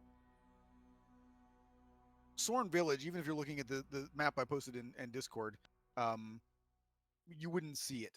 It's north of this map essentially. But it's not a very big map, and I might use variations of this map because there's actually a pretty cool program that has like the Witcher 3 map. So in cases that it might be useful, I'll get versions of that we can use. But yeah. So and on the big map in Roll20, just to give you a brief sort of lay of the land of where some of the things that we discussed. So like, you know, Banard is right here. That is the academy where the men, and again, that's not 100% correct, but it's probably not quite that far as the distance is concerned. And then you can't see it on this map because it's actually a very tiny island, but right here, essentially where that Thanid is above Gorsvelen, in that little inlet, there's a small little island, which is where Aretuza was. But you can't see it on this map because it's a very, very small island. And then up here on this little island, that little island there is where the new academy is. And then, of course, there's Blaviken, where Geralt killed a bunch of people and got his name. We should go back and finish the job. Yes. So most of the video games took place along the Pontar River. So like Flotsam, which is a place that you guys might end up at some point, that is where a big portion of The Witcher 2 takes place. And then Loch Muine up here is also a place that happens in The Witcher 2. It's also where the sorceresses plotted their takeover or their creation of a magical kingdom, essentially run by them, that failed, and a bunch of them got killed. So if you ever hear mention of Loch Muine, that is generally what they're talking about, is the sorceresses and their failure there.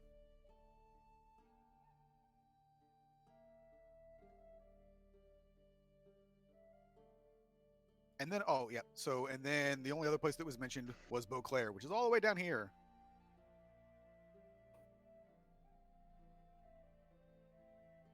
But Beauclair is a very nice place, actually. It is like it's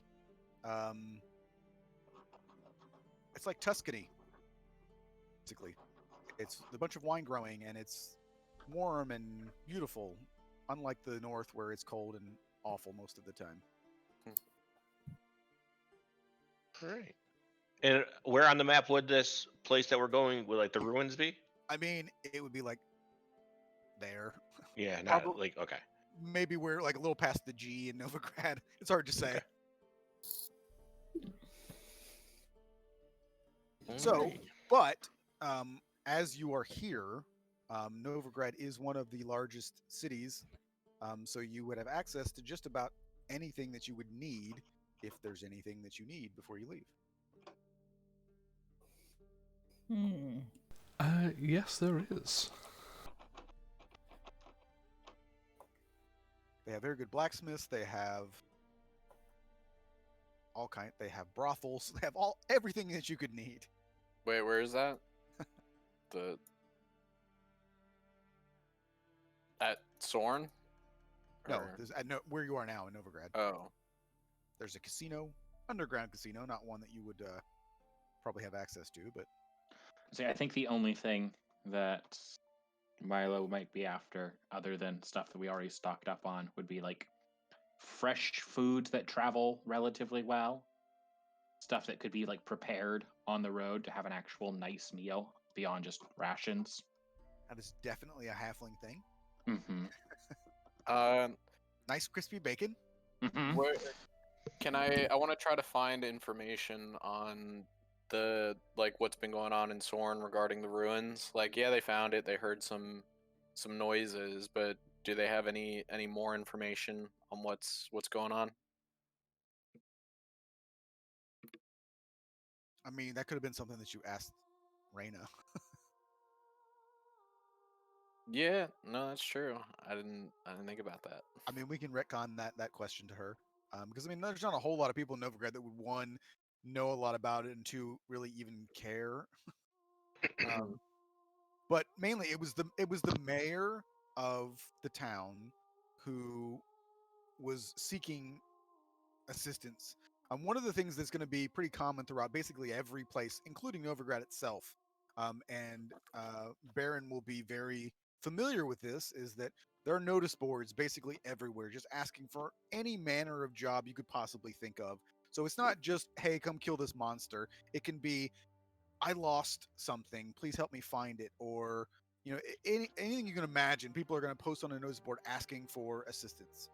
Um, and so sometimes what people will do is if they're traveling through, um, they will request. So, like in this case, the mayor would request, hey, the traveler that's passing through here, take this notice to like Novigrad and post it. So that way you can. That's kind of the method that people would be able to find. You don't just have to specifically go to a place to find out, oh, there's a job there, right? Like that's not super convenient for people because they'd be like, oh, well, unless somebody comes by, I guess no one will ever do it. So you'll have like sometimes it'll be travelers and sometimes they would just be couriers because obviously there are couriers that pass mail between different places, and then part of their responsibility would be to take new postings and you know whether it be take the whole thing, make copies of it, whatever they need to do, they would take Mhm. it to their next stop essentially.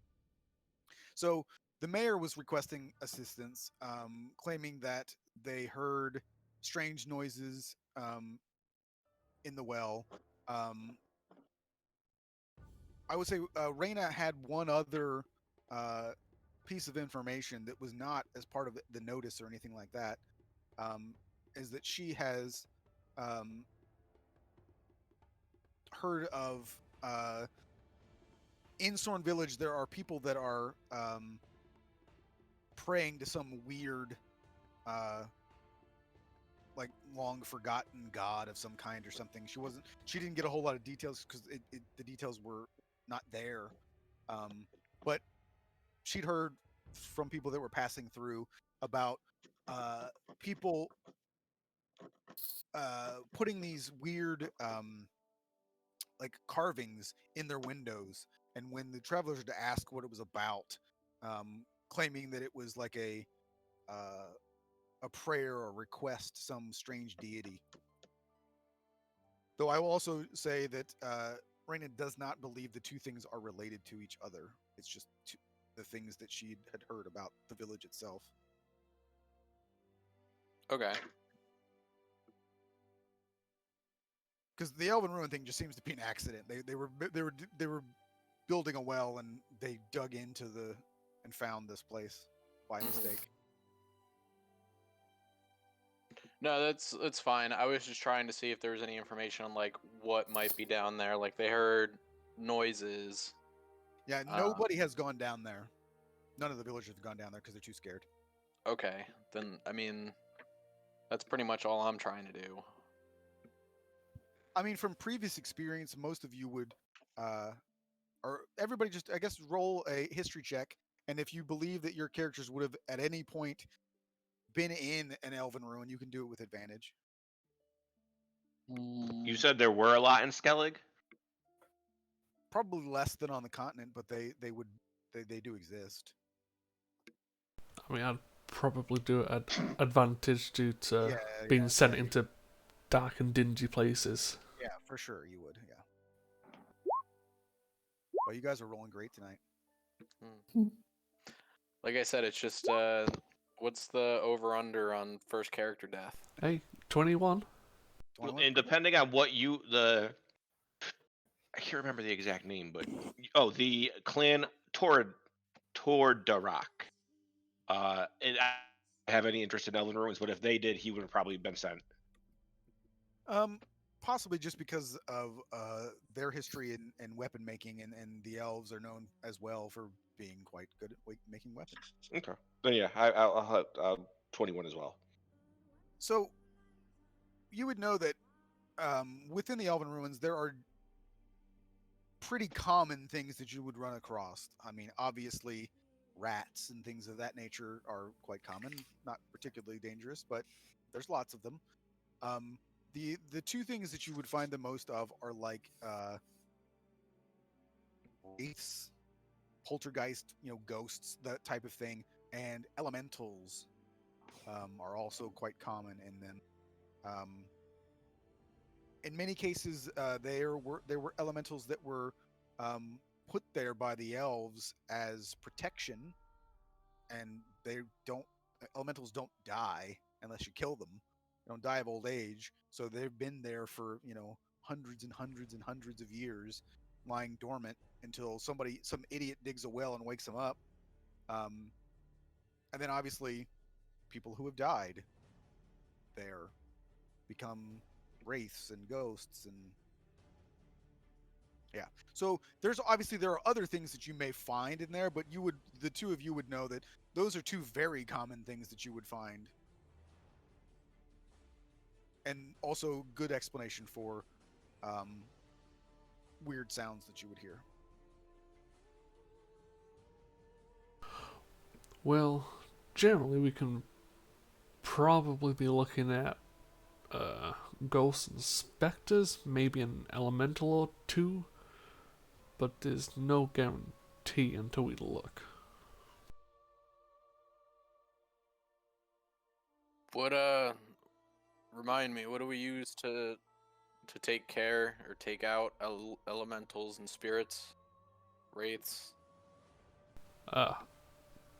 That's generally what I do, and that would be a silver weapon.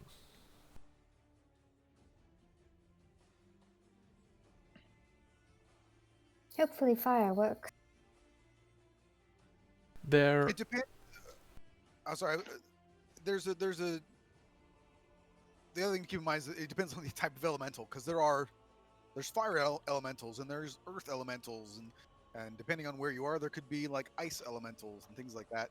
So how you would do it depends on that. None of you would be particularly equipped to fight wraiths besides the Witcher. well, there are some oils you can apply to weapons that maybe can help to a degree, but it's going to be gathering the resources to make the oils. Mm, We can't just buy it in the market. they're expensive. You can buy them, but again, if you're looking to really try and fight a specter, you're probably going to need a couple of doses of Argenta.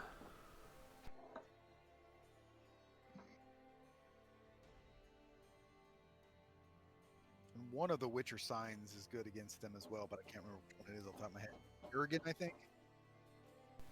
Radiant damage. Yeah, Eden's mainly wards. And Matt, you're saying that I couldn't like apply something like that to a whip or get like a silver tipped whip, right? Probably not. Though against elementals, explosives would probably be pretty helpful. Dangerous to use in a crumbling Enclosed space, ruin, yeah. but yeah. I mean, actually I'm more adept with traps, but I do have some explosives. But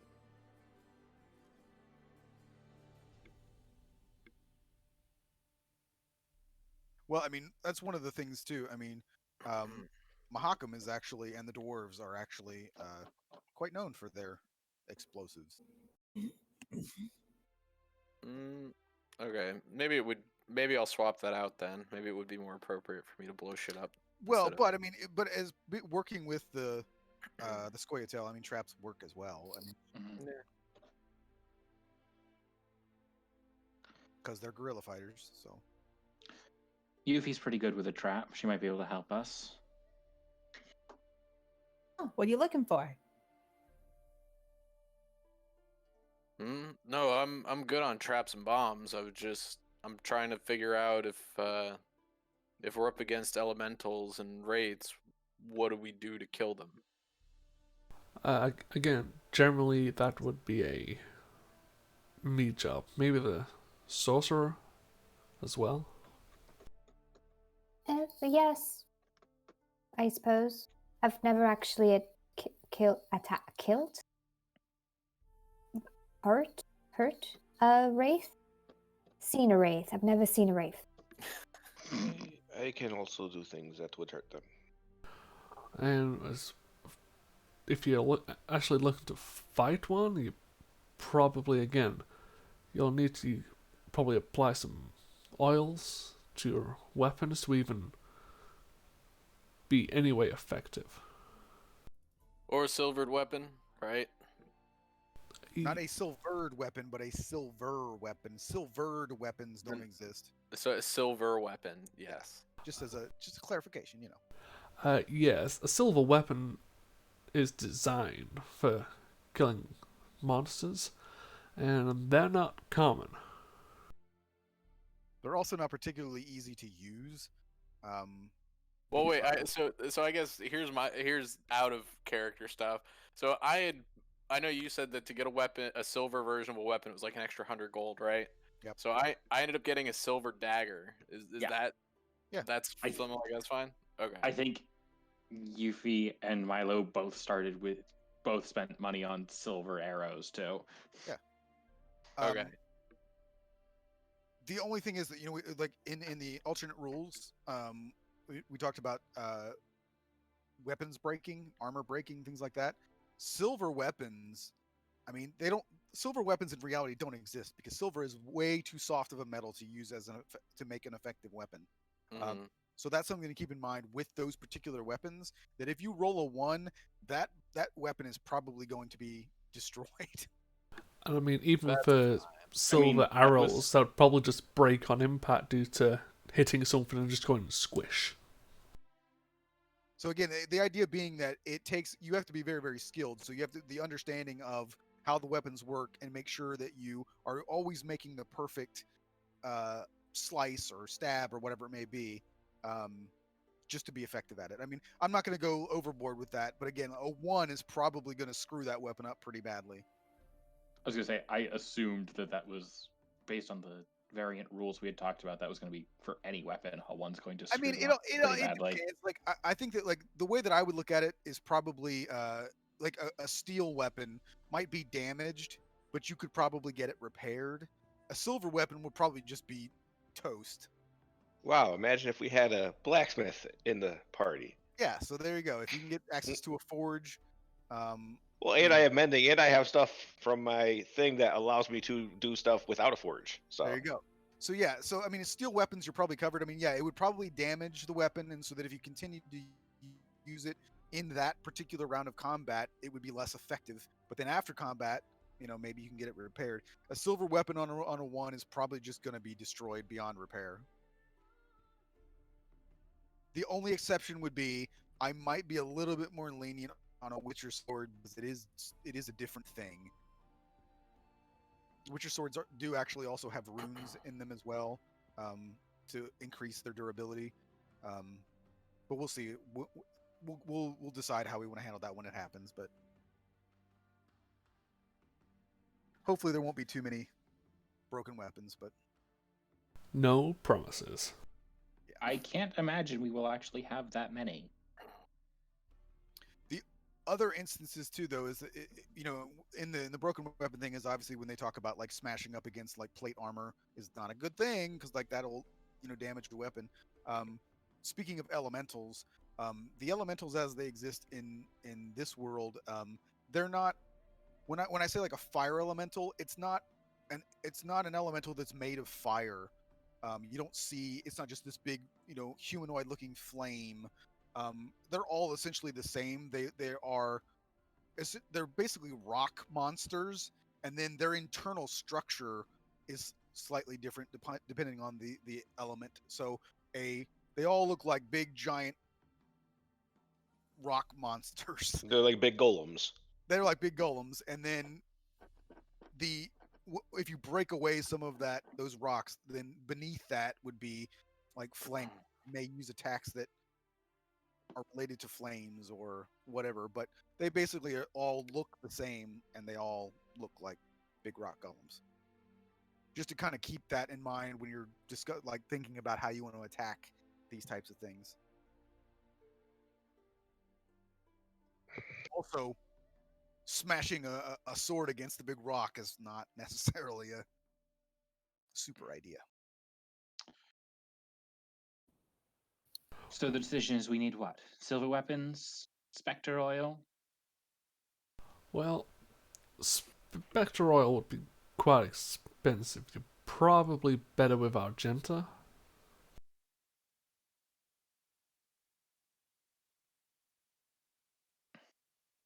Yeah, that makes I, sense. I believe I already have everything that I will need. But I wouldn't plan too much now. We still need to go and investigate before we start making stuff. And the other thing to keep in mind too is that most villages also will have like an herbalist or herbalist, as the Brits would say, um, and so those of you that have the ability to, I know Witchers do. I don't know about the rest of you.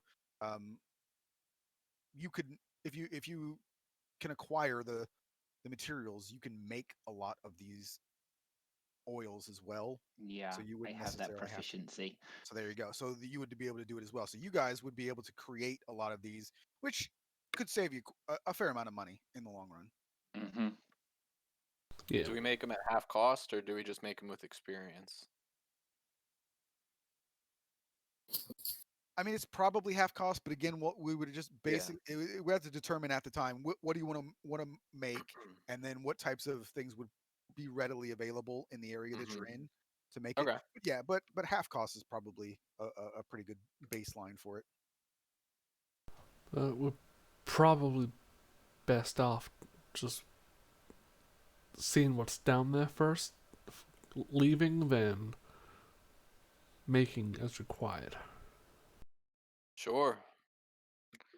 I mean, I was just trying to stock up now, but if you guys think we're fine with what we got, then let's go. If you wish to buy something, I'm not gonna stop you. Oh, I mean, I don't I don't have the money for it.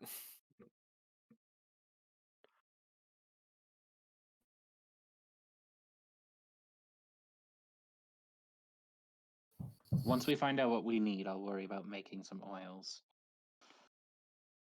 Well, I need to look around the blacksmiths. I'm looking for something in particular. I can meet you by the north gate.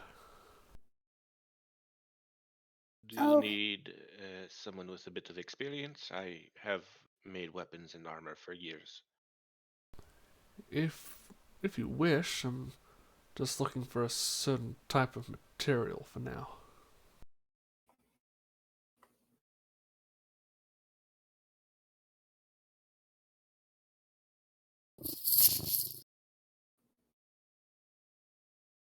And yeah, I would be at least looking or getting some pricing on meteorite ore.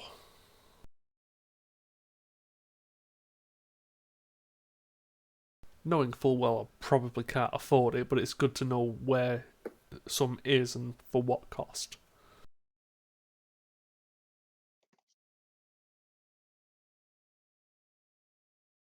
Sounds expensive.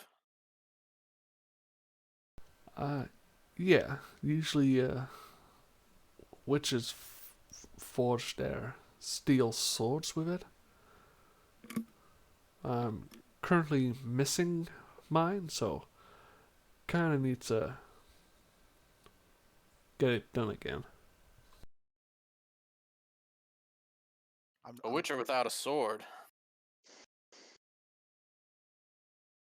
What is this world coming to?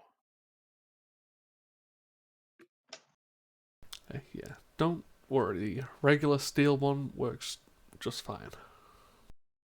Dare we ask what happened to the last one? Well, I was in a fight with something, and I no longer have it. Did the something eat it? I certainly don't think it did, but I I doubt I'm gonna be getting it back anytime soon. So maybe it's a small something. Or a very big something that he stabbed it into and ran away. Oh, yes.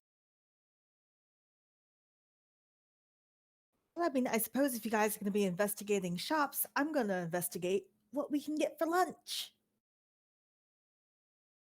What about second breakfast? How about 11's? I second that idea. So there are essentially going to be two different variations. I believe in the game there's three, but Isn't it usually there like are- blue and red? yeah, there's also yellow, but we're just going to stick with blue and red. So you would need at least 3 pieces of meteorite ore to craft a sword.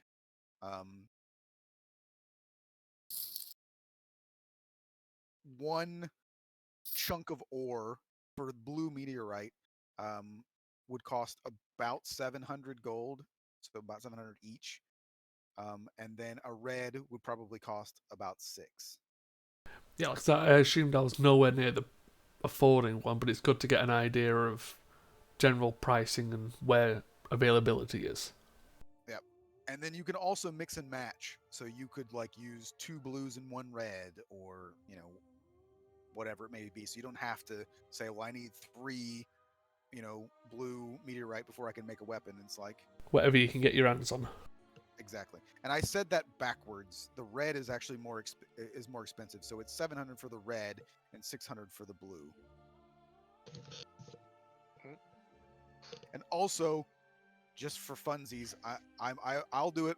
I don't expect you all to remember it, and I'll probably say it wrong, but we'll just call gold crowns, because that's technically what they're. We're not going to use the actual economy of The Witcher, because things would actually cost significantly less if we did, and it's just too hard to do the conversion. But we'll call them crowns, and then I'm not even going to work like silver and copper. We can just keep the silver and copper because we're probably not going to deal with it all that often anyway.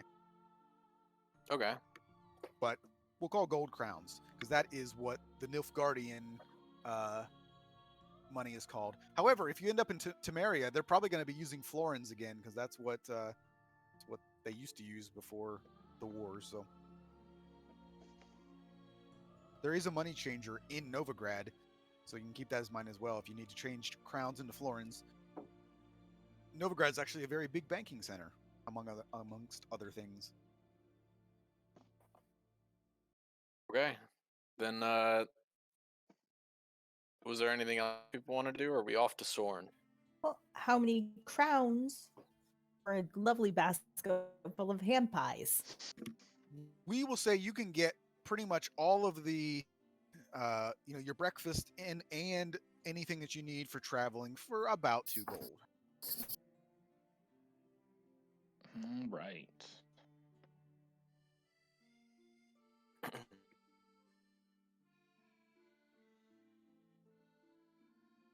If you can hear the accordion music that's playing right now, this is Beauclair music. This is the Italian countryside music.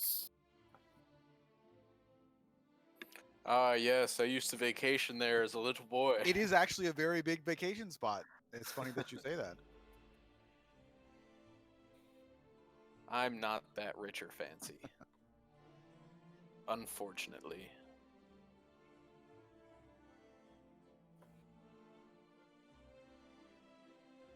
So, was there anything else that you would like to do? Not I. I'm good. Nope. I'm good. All set. So, just as an aside, and I don't know that generally it's not something that you think about when you're playing D&D, but do any of you have homes? I know The Witcher doesn't. Yes. Like, Nope. No. like an actual home. Like I don't just mean like a home city, but like an actual home that you like a house that you could go to live in. No. Would Nope. I need one in the clan I was in, or would it be like a barracks? You probably would. You would probably have a. In Skellige, they have more like the it's kind of like Viking architecture, where it's like it looks kind of like an upside down ship type of thing. Okay. So you would probably have kind of a smaller like little hut. Then I have one that has absolutely no one at it because I'm the only one who lives there. Yeah. So it is just empty right now.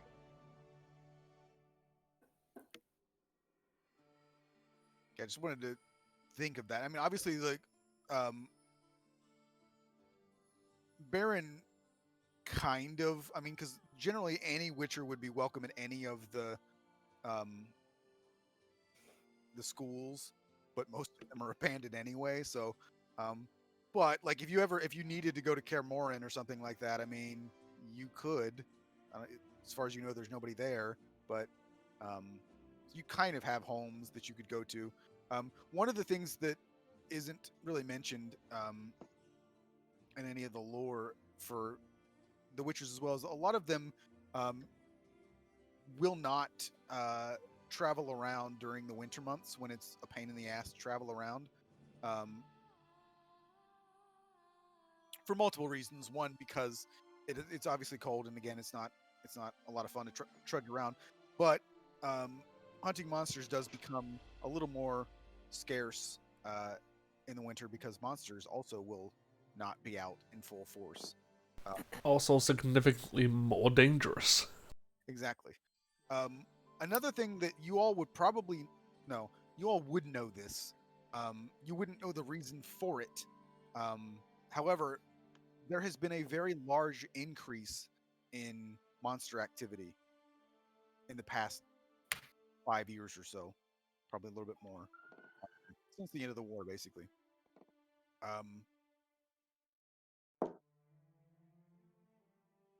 So you would have all noticed that. And that would be something that I forgot to mention that Reyna probably would have also made note of, specifically that Witchers are in need more than they've ever been, and that you, Baron, were the only one that responded to them because they had requested aid from other Witchers.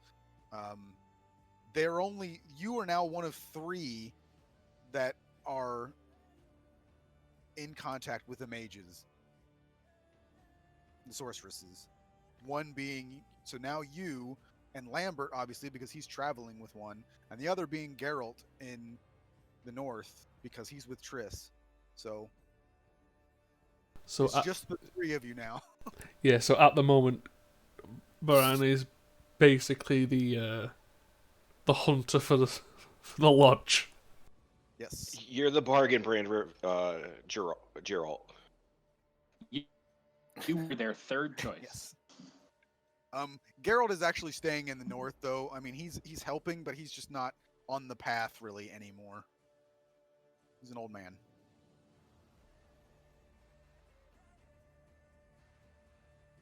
Well, at least we're not going to go out of work. Okay, so after some prep, we all leave for Sorn, right? Sure. Yes. Okay. Leaving the town or city separately, as Matt has mentioned to us several times now. just again, just not to, you guys are a freak show. So Rendezvous at the North Gate. yes. I just need And to once- remember to.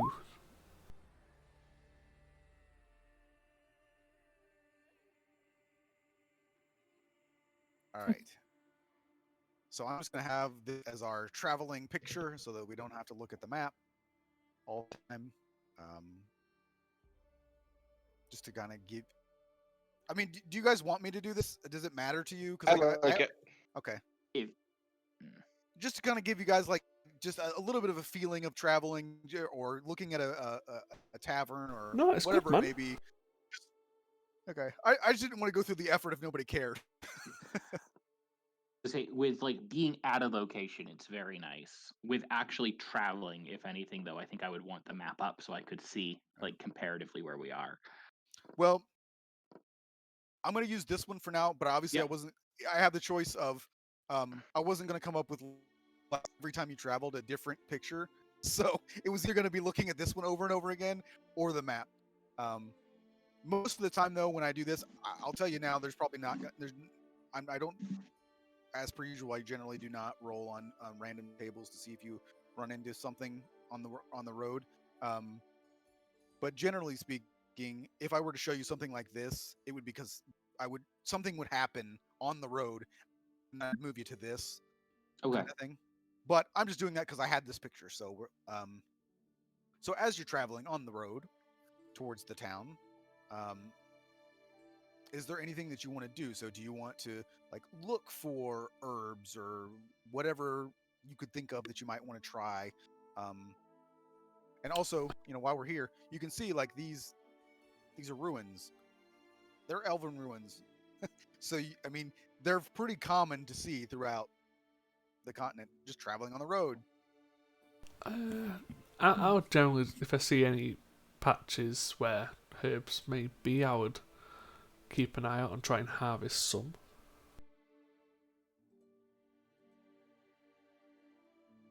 Finally, I don't have to be polite. Start handing out ham pies, and I dig out my pipe and I light up some pipe weed. Thank you for the pie.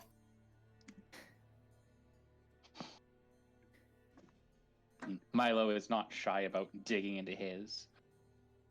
So you all have like horses and or mules, correct? Mm-hmm. Yes, I have a riding Yeah. horse called Horse. I have a war horse. Riding horse named Winnie. What does the dwarf have? Do they have a pony? You lose Ryan? Huh? Oh, sorry.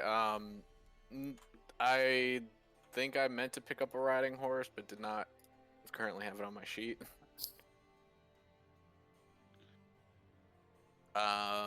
Yeah, because I mean, dwarves are medium-sized creatures, right? So I assumed I would Yeah. also need a riding horse. How much are they? 50 or 100 gold? I think it was 50. Riding, I don't even think is that much. Riding maybe. is 75. Okay. Yeah, I gotta sell something to have the gold here, but I did intend to have a horse.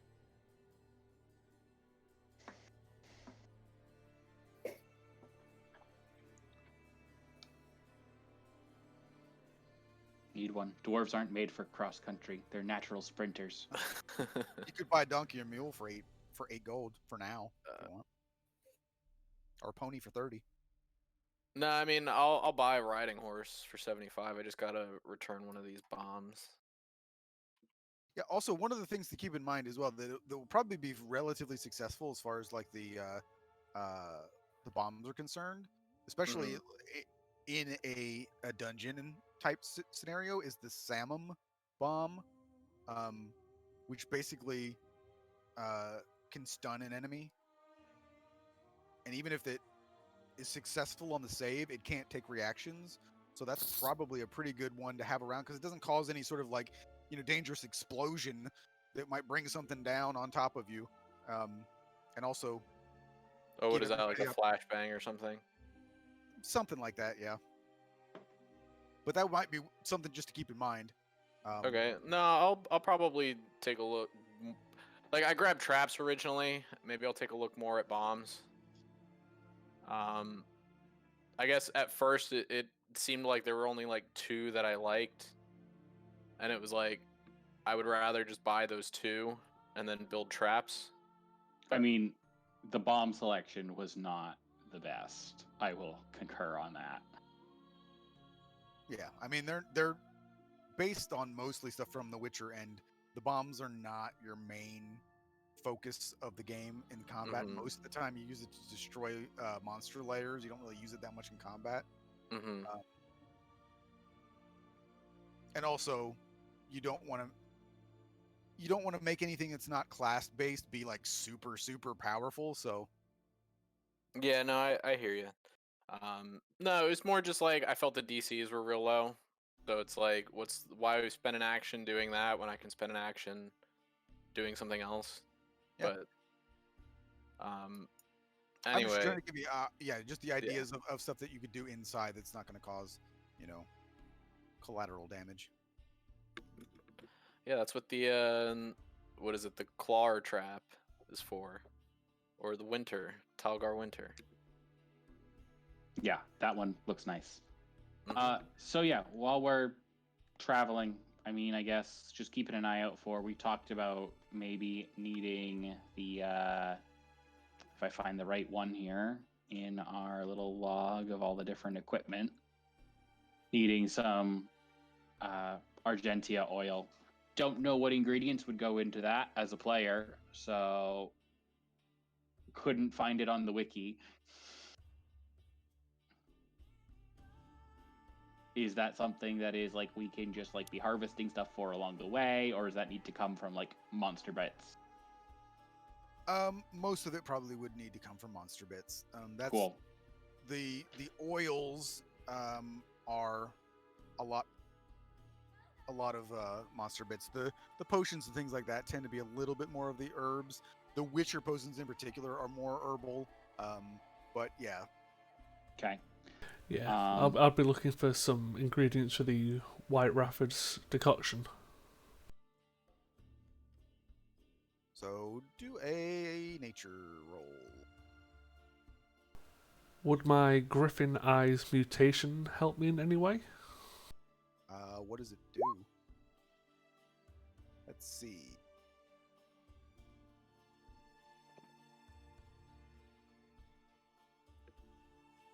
I mean, it wouldn't hurt.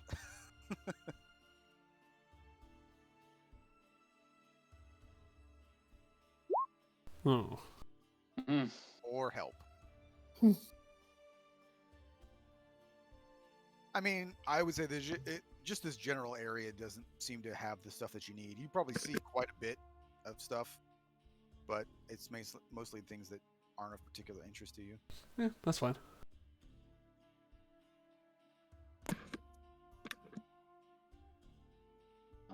otherwise, depending on how long of a travel are we talking about here? It's about 2.5 days. Um, Milo would be relatively quiet for most of the trip, though he would be making food along the way at rest stops, things like that, with the supplies that we picked up in Novigrad. 4 people, whatever, just doesn't care. Okay. Yuffie's gonna chatter about all the different wild rumors she's heard as she's traveled town to town and wildly guess at what could be happening now and who she's shipping together and what like scandals could be appearing sometime in the future. Sylvie is enamored. I would go to Roran at some point and kind of look and just say, "You were quite worried about the silver weapon. Did you figure it out?" Oh, I have one. I was just wondering if this would still be effective against those things, and I'll pull out a dagger. If it is something that would be of use, I can also make weapons do strange things with some of the abilities I have. Yeah, you magic people are strange. I'll give you that. It could be beneficial, but if you have silver in wraiths or something of this sort is what we encounter, you should be fine. Okay, great. Thank you for your concern.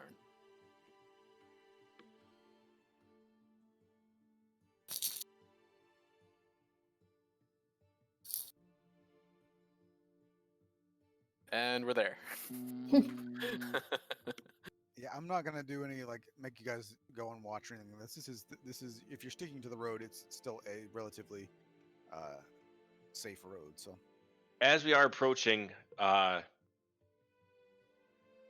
Troph Fast is going to kind of look around to everyone and just, I do not know if everyone is comfortable with this, but I think Sylvie should be the one to do most of the talking.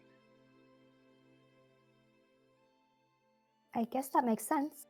I mean, I do admittedly look the most normal out of everybody, even though my powers are less than normal. Well, perfectly normal for halflings. Thank you. Oh yes, of course. I just mean normal to every other human out here because there's so many humans, and I happen to be a human, and less. Are you humans? Yes. No. We agree. Oh, good. I'm sorry. I hope that wasn't offensive or anything. I was speaking more that she seems to, and he nods over towards Yuffie and says, she seems to give out a bit too much information when she first meets people. Yes. It's something I need to work on. Milo smiles a little bit. Well, if it helps any, generally you don't have to be the nicest person to take on jobs when it comes to killing or doing these type of jobs. I tend to get around just fine. oh yeah, I forgot. I was like, isn't Trofest a paladin? Oh no, he's not. Mm-mm. I was trying to think of who had the high charisma to be the face, and I was like, what? Yeah, I was thinking. I have a 13. I have a 12. I'm not terrible, but it just, to him, makes the most sense because, like she said, she looks normal. Next level, I'll be a halfway decent face, but for now, I have a 10. Sylvie has what, a 19? Yeah. About as good as it gets. So Next level, I'll have a feat to help me. Or not a feat, a class feature to help me. But yes, continue. yeah, so this image here is of the town of Sorn, and you'll get. I wanted to show this in particular to kind of give everybody the idea about what a lot of these smaller villages kind of look like and how the architecture looks. You know, thatched roofs and basically log cabins, that type of thing. So they're not like a lot of them. I mean, some of them do, but most of them aren't going to have like paved roads or anything like that. So, at least in the north, um, down in the south, it's going to be a bit nicer. Obviously, Novigrad is a you know it's a real city. I did air quotes real city with paved streets and things like that. But a lot of the outside villages are going to look in the north will look something like this, which is not entirely out of place for like Trofast because this is be similar to the way that a lot of Probably is a little bit nicer than what I'm used to. well, I mean it's warmer probably, Mm. and it probably seems very flat in a lot of places because Skellige is very, very, very mountainous. But yeah, this is the kind like on average. I mean, this is kind of a similar thing, and they're not particularly large. I mean, some of these small villages may only have like 20, 30 people that live there.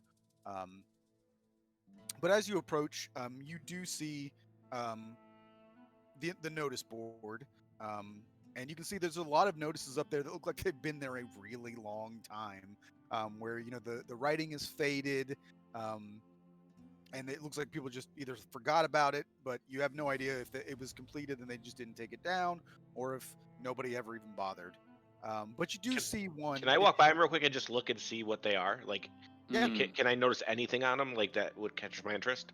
Yeah, I mean the the one that you do notice right off the bat looks fairly new, and it is essentially the one that you're there for. Um, it's talking about the uh, ruins found during excavation of a well. There are a couple of other ones in there that don't strike you as anything that you'd really be super interested in. Also, nothing that would have like any, like not even similarities, but not have anything to do with this, like other sort of unexplained type stuff. No, most of them are things like sort of within. Like there's one where someone lost a doll, like a toy doll, that they're asking for somebody to find. It's a lot of stuff like that. Somebody's asking for if there can be anyone that can go and get new gardening equipment. This you Like basic jobs. basic jobs. The most of these places would have their own blacksmith, but makes you think that maybe there isn't one here. If they're requesting someone to go and get them shovels and things like that, which would be a necessity if they didn't have their own blacksmith. But there is an inn here called the Stray Cat. It's a tavern and an inn, as a lot of them tend to be. Which would be, and again, I make notes and then I put them in different places. So like I apologize. I end up like meaning to tell you guys things and then I get to it in my notes way after I should have told you. Oh, good. So Raina would have mentioned to you that you should go to the Stray Cat and talk to the owner, who's named Hilda. She's an older woman named Hilda, human.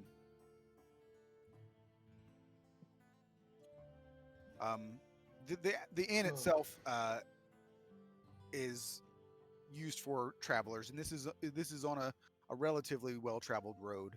So travelers and again mentioning like people like couriers, things like that, would be staying at the inn, and then you would have the people who live here and work here that would go to the tavern as well. So it's going to be the most well-traveled building in the village.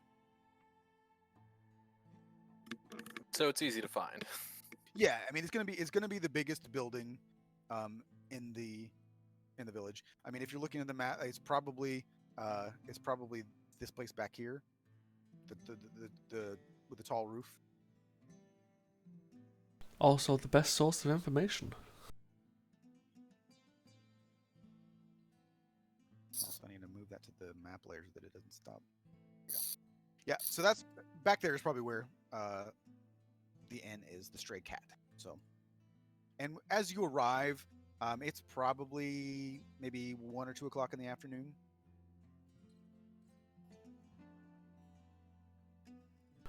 Well, we should probably head over to the inn. See Might as well get. Could do with a bit of fresh food. Maybe some drink before we get too busy. Well, that, and they usually have information and they can direct us to the mayor's house.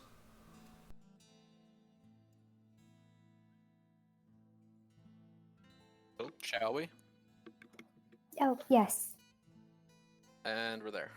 And you're there. So you guys are, as you're walking over there, though. I mean, you do notice some people that are out working, and some of them give you kind of a bit of a side eye. Nothing major, because again, I mean, this is a fairly well-traveled village, so people are going to notice you, obviously, because you are weird-looking people. But nobody's going to make too much of a fuss. Give them a big dopey grin and a wave. Most of them would probably not wave back. You might get some children that will wave at you. Score. So as you enter into the Stray Cat, you can see that it is not the nicest place you've probably ever been. It is. You can tell that the building itself is pretty old. It does have. It doesn't have a full second floor. It's got essentially stairs that go up, and then there's a bit of a balcony. You can see that there are about 5 rooms up there, which obviously you assume is the inn portion. But again, it's not a full second floor, so you can see up there from the ground floor. At the ground floor, as you walk in, it's got probably maybe 5 or 6 sort of large tables where you could, sit multiple chairs at, and then there are some smaller square tables that are lined up against the walls um, that you could also sit in. But it's obviously they're butted against the wall, so you'd have to sit there, and then you would be looking at the wall if you sat there. And then there is so if you're walking in the front door, to your left is the actual bar, and you can see an older woman who you assume is probably Hilda. Um, within the tavern itself, there are probably only about 3 people there aside from yourselves. And as you enter in, Hilda is just kind of wiping down the counter a little bit. She doesn't seem to be trying too hard to make the place really really clean. Um, One of the things that you would notice uh, at first that might be a little bit, maybe a little strange to you, is that so behind the bar there's this big fireplace, and there's like a cook pot there as well. And above that, on the fireplace, like on the brick of the fireplace, you can see there is a flag hanging, which is the Redanian flag. Might be a little concerning to some of you, but this you're not sure if it's something that was just left there, or if this is something that these people are still, patriots to the Redanian cause. Um, but it would catch your eye because this is not Redania anymore. At least it's not the kingdom of Redania anymore. Definitely exchanging glances with Milo. Mm-hmm. Go and find a seat in a corner and start, sizing up the other people in the inn. The people that are there look somewhat disheveled. You assume these are the people that probably don't have jobs to be doing right now at 1 o'clock in the afternoon. They look like they're probably already a little bit drunk. Not like they're all sitting alone. So there's like 3 of them sitting at separate little tables. 2 of them are sitting at big tables by themselves, and then one of them is sitting over in the corner on one of the benches up against the wall, essentially. Baran will head over to Hilda. And Sylvie would also go there. And as you walk in, you can see that she kind of perks up, and she looks like a kind older woman, and she sort of smiles at you and says, welcome to the Stray Cat. We are famous for our potato soup and brown ale. What can I get you? Oh, we could have 6 orders of the soup and ale, I suppose. That would be amazing. Oh, well, that'd be wonderful. You just take a seat there. I'll start making up the soup, and I'll bring over the drinks to you right away. Thank you. We're also looking for information on the new well. We're here to take the job that the mayor's posted. Ah, well, certainly look like the type that would take that sort of thing on. I'll, I don't know where the mayor is right now, but I'm sure he'll be real happy to see you. Over at the town hall is probably where you'll find him. And where is that, if you don't mind me asking? Oh, if you just go out the door here and take a right. It's away from the place I'm assuming you came in. Yeah, if you came in from the south. Yeah, we came from Novigrad. Yeah, so just head out, turn to the right. We call it a town hall. It's not a particularly, grandiose building. Used to be a barn, but that's where he is, most likely. Thank you very much for the information. And she nods and sort of goes back to making the soup. And you all can kind of smell it. I mean, it's there's a very nice smell of I guess, potato soup. And Sylvie goes to the table where the others are and is all excited. Is like, I ordered us some soup and ale. Apparently, it's a specialty here. Thank you kindly. That sounds I lovely. thought you do not drink. I take back all the bad things I said about her. She said it was a specialty, so I decided perhaps I should drink it. Don't be surprised when it's worse than you think. And after maybe a minute or two, she comes over. Hilda comes over, and you can see that she is kind of an older lady. I mean, you can see she's kind of hunched over a little bit. She's not a particularly big woman either, so she looks like particularly small because she's sort of like bent over a little bit. But she's got a tray, and she's got 6 mugs of ale, and but she adeptly, you can see that she puts her hand under one, and she doesn't just lay the tray down. She one at a time takes each mug off of the tray and hands it to each of you, and just sort of nods and heads on back to the stove. It's not really a stove, the cook pot, basically. Thank you, Mom. I'll just start digging in. Oh, it's just drinks right Oh, now. it's just the ale. I'll start drinking in. And Sylvie will kind of look down at the ale and stare at it, and then Poe goes down her shoulder, goes down to her hand, and kind of sniffs at the ale as well, and kind of makes a face. I mean, it's a brown lager. I would say for most of you, it's pretty good. The dwarf may feel a little less inclined to enjoy it. I mean, the dwarves are quite known for their alcoholic beverages. But it's tolerable even for a dwarf. But if there is one thing the dwarves are known for more than their alcoholic beverages, it is their love of alcoholic beverages. True. So he's certainly not going to put it down. Of course not. But I mean, the halflings in particular, because the halflings like to drink. Yeah. It would be good. It's pretty good. I mean, it's not the best ale you've ever had, but it's probably better that after what Baron said, is probably a little bit better than you were. He set your expectations low, and it was a little higher. I mean, it's pretty decent stuff. Tentative taste, and once it's all right, a quick toast with Yuffie before just. Absolutely. And I'll drink it in a way I get a foam mustache in that beer head. And like, Sylvie, what are you doing? You're supposed to drink it, not look at it. I was just curious about it. I will now try it. And she takes a swig and makes a face and is like, that's lovely. It's a specialty.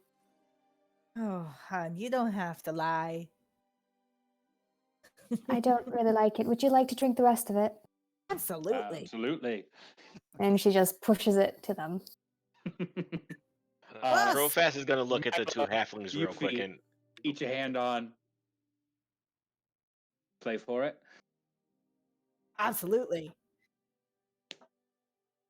Both just start into like rock, paper, scissors for who's going to get to drink it. Rochambeau. Rochambeau. Trofast is gonna kind of look at you 2 as you're doing it and just. I hope you do not take this as me being rude, but I have never met people like you before, halflings. You say you have the same surname but are not related. Is it common for halflings to have same last names? Is it a common name in your people? Not particularly. It's lucky. I like it. So after a few more minutes, Hilda comes back. She's got piping hot potato soup for everybody. Also asks if anybody wants another round. Yep. No, thank you. I'm fine, thank you. Take another. I'll take another. Please. So those of you who have had a few to drink, except for obviously Sylvie, who didn't finish, and the Witcher, who has a high tolerance to literally everything, you notice that it's actually it packs a pretty good punch as well. Even after one, you start to feel like, wow, okay, now I can maybe see why it's considered a specialty, because maybe the taste isn't the best thing you've ever had in the world, but like you feel like you could probably get drunk here on the cheap, because it's not going to cost you a lot to drink them, but it's going to hit you pretty hard. The best kind of drinks. Exactly, it's like drinking a bunch of like cheap beer, but high alcohol value. So Like Breaking Hardy up the 151. PBR. yeah, exactly. I mean, back when I was, in those days of drinking to get drunk, I always drank a bunch of Rolling Rock because it tastes horrible, but it's cheap. So I mean, if you're in it for cheap Coors Light, I mean, you could get a 30 pack Pabst. for like $13. yeah, Sorry, if you're gonna drink to get drunk, though, at least start with the good stuff. that's true. You do want to start with something that tastes good because then after a while it doesn't matter what it tastes like anyway because you can't taste it. But so the potato soup, however, is amazing. It's super. It's really good. And it's creamy. You see she's actually puts like some not shredded but like actual like cut chunks of like cheddar cheese to put in there with it. Ooh. It's like delicious. I personally like potato soup, so that's just something that I decided that we're gonna have here. Amazing. And yeah, like the Mhm. halflings are all about potatoes Oh, yeah. anyway. Potatoes. Boil Uh, up, mash them, stick them in a stew. exactly. As a So human, I am very pro potato. yes. So yeah, it's wonderful, wonderful soup. And she comes back with another round of the beers as well. When she does come back, I'm gonna ask her, have you heard any rumors of what is going on with the well? Um, I try to stay away from most of those things, but people claim that they heard voices and strange uh, tapping sounds down there.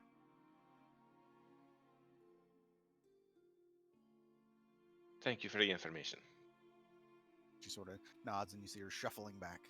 And I will look straight over to Baron or Baron and say, does it sound familiar to you?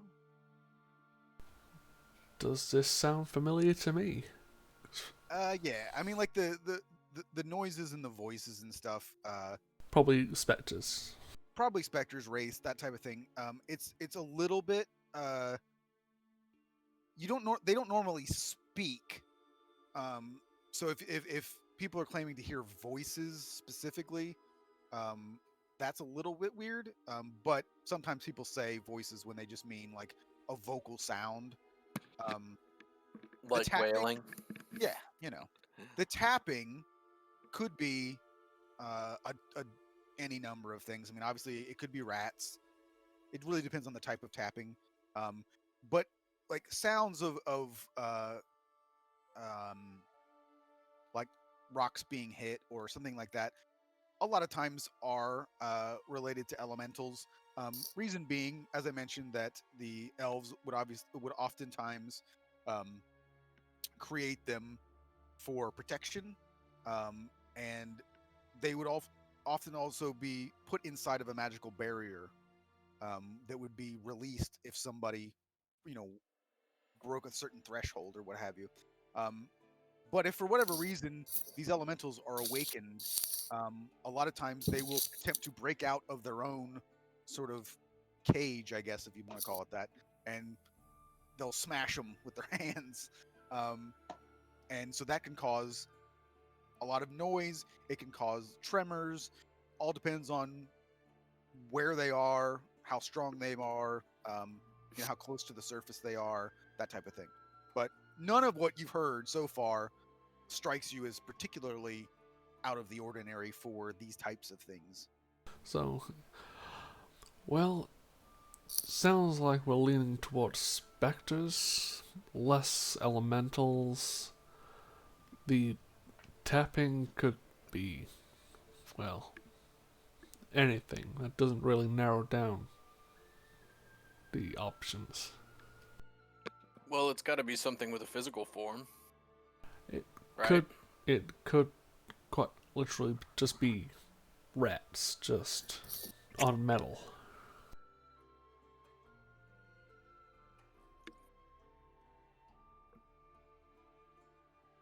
But the tapping, Well- no idea. But it definitely does sound like there's specters or wraiths. When do we scout it out? Well, We go speak see- to the Since mayor we after we eat. sober up, yeah, we'll speak to the mayor first, get the details, and work out the pay.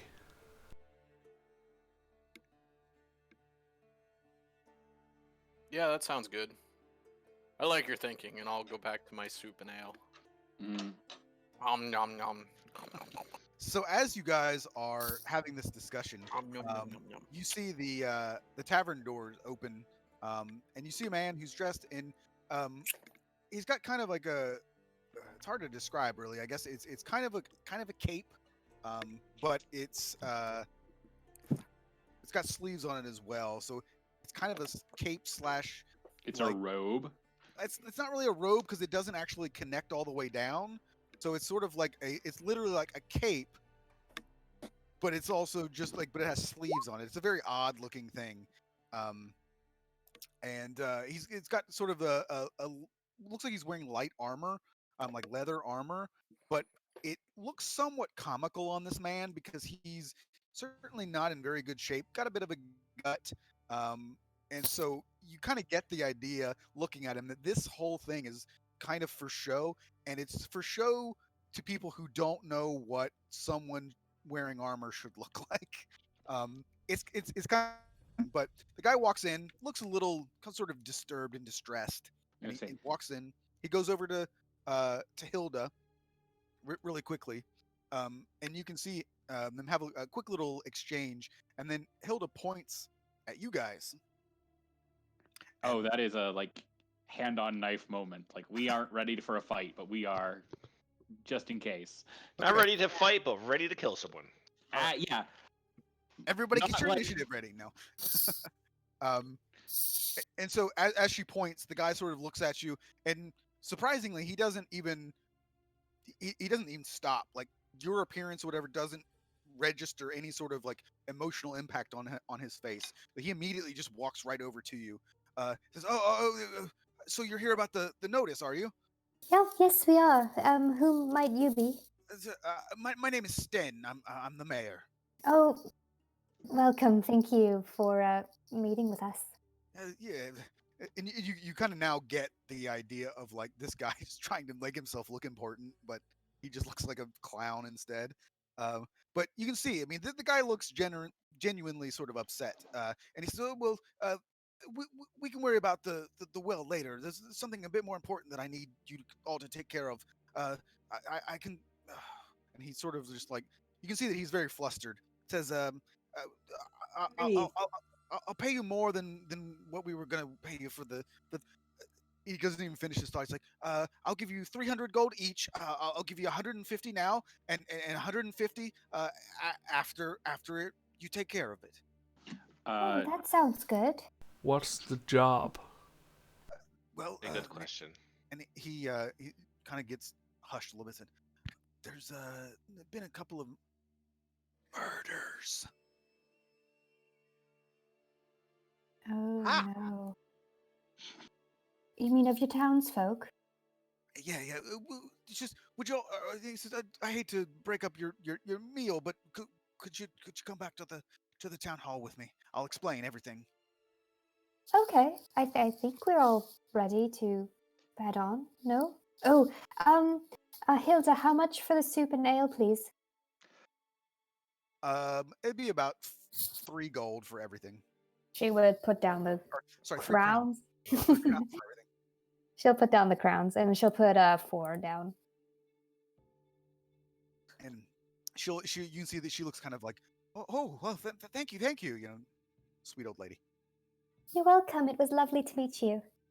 I'll slurp up the rest of my soup before like slamming the bowl down victoriously. Yeah, the word now is inhale. Yep. So Lots of slurping noises. I don't think I mentioned. So his name is Sten. Yes. No, you did. Okay, I just want to make sure. So I will. As a player, I'm a terrible note taker. So if I ever say anything and you need me to repeat it or need me to like type it or whatever, just let me know, because I know as a player I'm bad at notes. So like I forget to like tell people things that like to take notes. So I honestly try to only take notes on what I think interests my character, because otherwise he wouldn't remember. Yeah. He wouldn't care anyway. Well, we can certainly hear you out before accepting the job. all right. So he's gonna like, you can see that he's kind of impatiently waiting for all of you to like, you know, take your bowl and slurp all of your soup down or whatever. Um, Trollfast is gonna kind of look down at his leg and just say, "Perhaps I will have to catch up with you. You seem to be in a bit of a hurry." I'll wait. I'll wait. And you can see again. I mean, this guy doesn't look like he could probably run 10 feet without, you know, running out of breath. He's got kind of he's got uh, brownish blonde hair, but he's got a lot of gray in it, and he's got a big like handlebar mustache. He looks ridiculous. Again, you just get this idea that he this is what he thinks someone who's important should look like. He is very important. Yes. So as you all finish, he heads has you all follow him to the town hall, which as you approach does look like it's a converted barn. It's pretty big though. I mean, it's got a few windows here and there, but I mean you can see that this was the windows and stuff that were added were not original to the building. So some of them look like they might even be a little bit crooked, and that. So yeah, you can see that the doors have been put in to what would have been the side of the barn. So you're not walking into what used to be like the big, barn doors. A smaller, regular sized door has been put into the side of the building there. And as you all come in, and you can see that in the far left corner, there is a room that's been built, and he has you all sort of go in there as well. And you can see that as you enter, this is what appears to be a jail cell, essentially. And as you walk in, there are 3 other people in the room. The Sten introduces one of them, who is for lack of a better term, the sheriff, sort of the head of the village guards. Introduces him as Vincent. And you can see that as you're entering, Vincent was talking to 2 men that appear to be guards for the jail. Vincent's got a bit of a grave look on his face, and you can see that he's kind of like talking to these men a little harshly as you enter. So again, Sten introduces you to Vince, explains to Vince that he's brought you guys in to investigate what's been going on. And as you do, you can see sort of a look of relief a little bit on Vincent's face that maybe he doesn't have to figure this out on his own.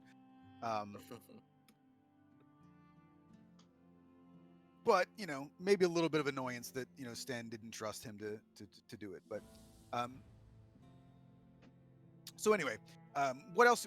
What you see besides this is that there is a single jail cell. So this is not a jail. This is basically just a holding facility for people. And obviously, they probably don't have a whole lot of people they would want to put in jail. But essentially, this is a jail cell in a room. And there's a single window in the room that is outside of the cell and up pretty high on the wall. And you all immediately see 2 bodies in this cell. One appears to be a female and one is a male. Sten has Vincent unlock the cell so that you guys can go in and take a look.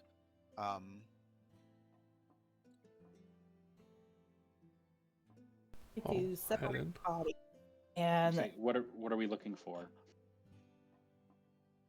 Like, yep, there's 2 bodies. Yes, so there's 2 bodies. And just wanted to make sure that you guys were actually going to go in and look. Oh yeah. Yeah. Sylvie would definitely step in and kind of kneel beside the bodies. right. So first do a medicine check and then looks to see if there's any other wounds after. All right, so which body would you like to look at first, the woman's body or the man's body? Whichever's closer. Closest to the door would probably be the woman's body. Stan tells you that her name is Evelyn, or her name was Evelyn. So looking at this, again, these are the types of things I'm not going to make you specifically roll for because everybody can see this, right? So you don't need a perception or anything or investigation at this moment. So Evelyn's body looks extremely shriveled and possibly even mummified would be a term you could use. Her eyes are sort of shrunken, her skin is all leathery, and you can see that her fingernails look really long because the skin has been drawn back from them. Her limbs are sort of contorted into strange angles. And despite like her body looking very old at this point, her clothes look relatively new and they're in pretty good shape. And then her hair is also a dark brown, betraying the idea that this was an old person. And Sten can even verify that she was probably in her early 20s. The body itself, well, actually, anyone who was proficient wants to go ahead and make a medicine check. We can take the next step here. I am. Does this look like some signs of a possession by a wraith or a spectre? You could do I don't know what I guess an Arcana check for that, and then medicine if anybody else has it. Nope. I have a +5. I'm just not proficient.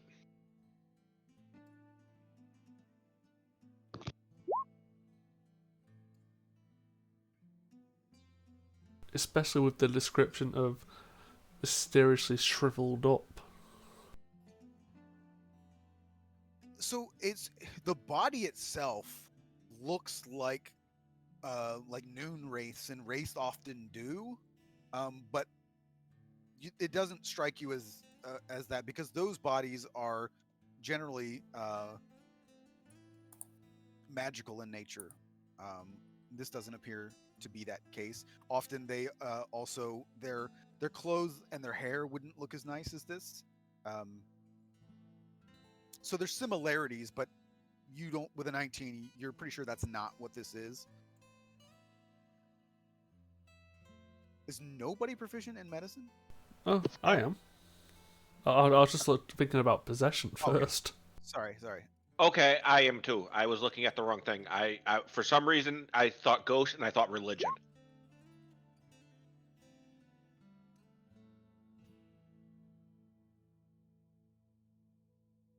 Okay.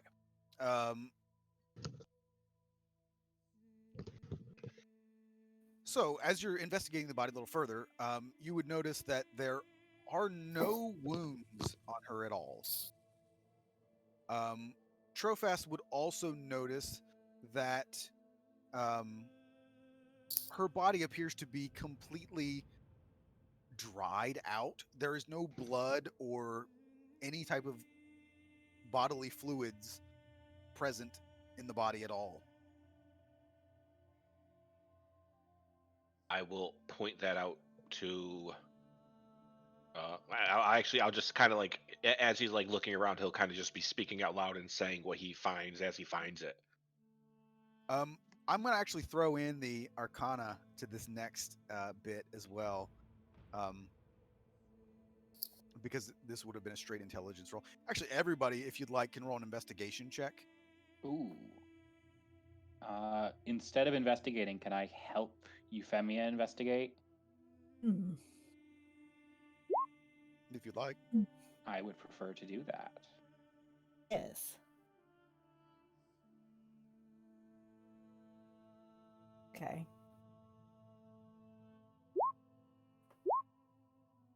Insight. Investigation. Investigation. Whoops, sorry. Still a 17. You can also change your sheet too if you want to roll them at the same time rather than twice. It doesn't matter. You can do whatever we want, but just as a Baron and Yuffie both noticed the same thing. While Baron, you're sure that it wasn't a wraith. Both of you are, based on the further investigation here. You do assume that magic is responsible in some way because you don't think that anything natural killed her.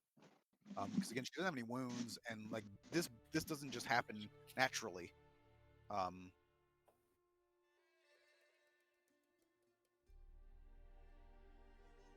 I will say, funny enough, there's actually another check that could be made, uh, which is a wisdom check. So I'll take your 17 on wisdom, or 13 on wisdom, actually enough as well.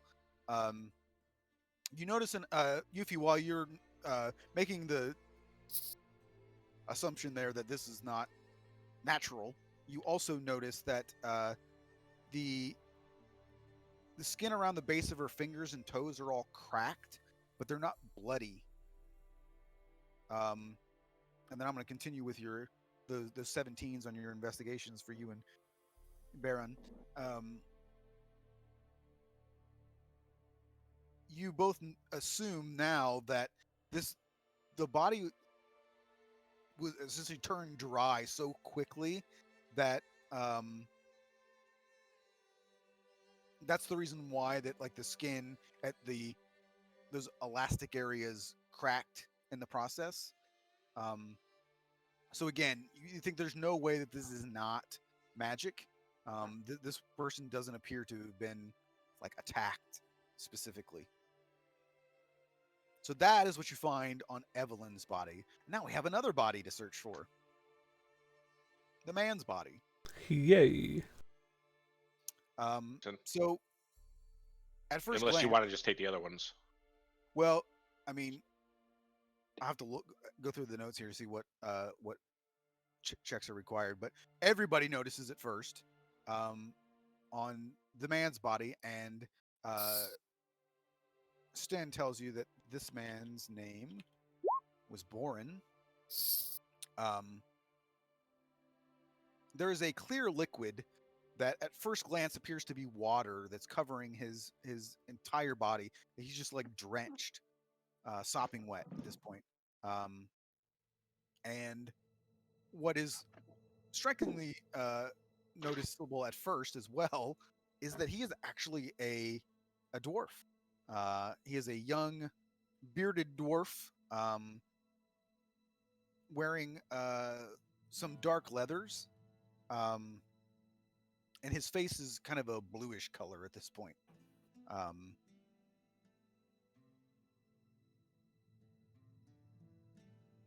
Throw in just part of the investigation where upon touching the body in any way, you notice that it's not water that is covering his body. You notice that the liquid is actually viscous, almost like a jelly, or sort of like really thick saliva.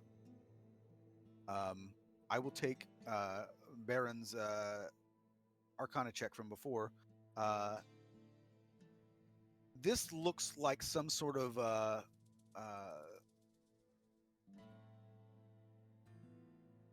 guess like kind of like an ooze monster would be what you would consider this liquid. You would have seen things that are similar. So it's either from a monster that is made of ooze itself, or some creature that can spit that type of material. Lovely. So I will take your medicine checks from before. This man appears to have drowned in this stuff. So that appears to be his cause of death.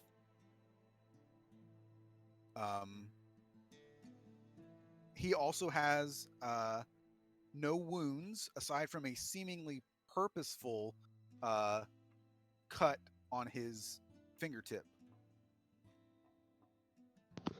Self-inflicted.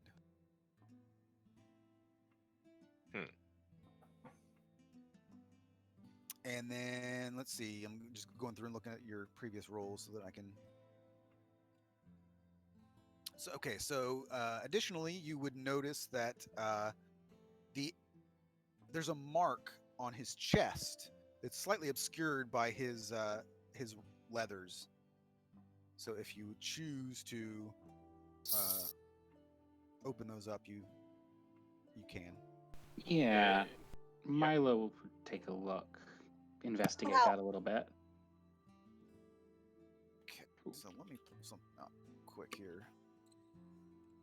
And just in case anybody is curious, I know I don't want our games to be super long, and I know it's like really late for Rob, so we're getting close to wrapping this one up for the evening. I just wanted to make sure we get through all of this first. Yep.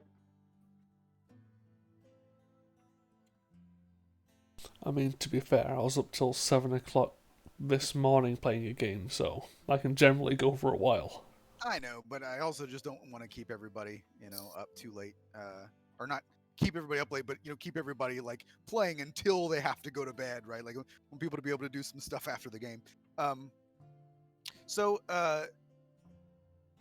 yeah, you as you open that up,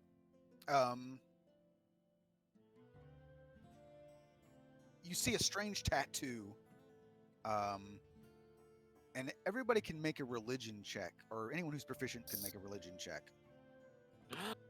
I gotta be proficient. I have only a Lame. +2. I also have only a +2. One of you can roll with advantage if you'd like. I have. Yeah, I'm not proficient. Oh, yeah. Is nobody proficient? No. When you told me about how like the religion and stuff worked in this setting, it didn't seem like it was the most important one to like the characters, so I didn't go with it this time. Yeah, I mean, I'll say this then: if nobody's proficient, you would all of you would be able to recognize that this looks like some kind of religious tattoo. You're not really sure what it is about, or like what It's not the same symbol as my god. It's not. It's Then not, I'm good. it's not a symbol of any religion that you would be familiar with, but it looks like a symbol of some kind of religion. I'll give you all that.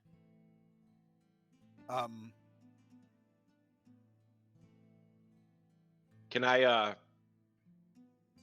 I like do my best? I don't know what you want me to roll for it, but take a mental note of it so I can like sketch it down later to remember it. Yeah, do an intelligence check, I guess. Do a memory check. Intelligence check. Ooh, not great. I mean, you might be able to come up with like a something kind of close to it. Okay. So the last thing before we'll stop.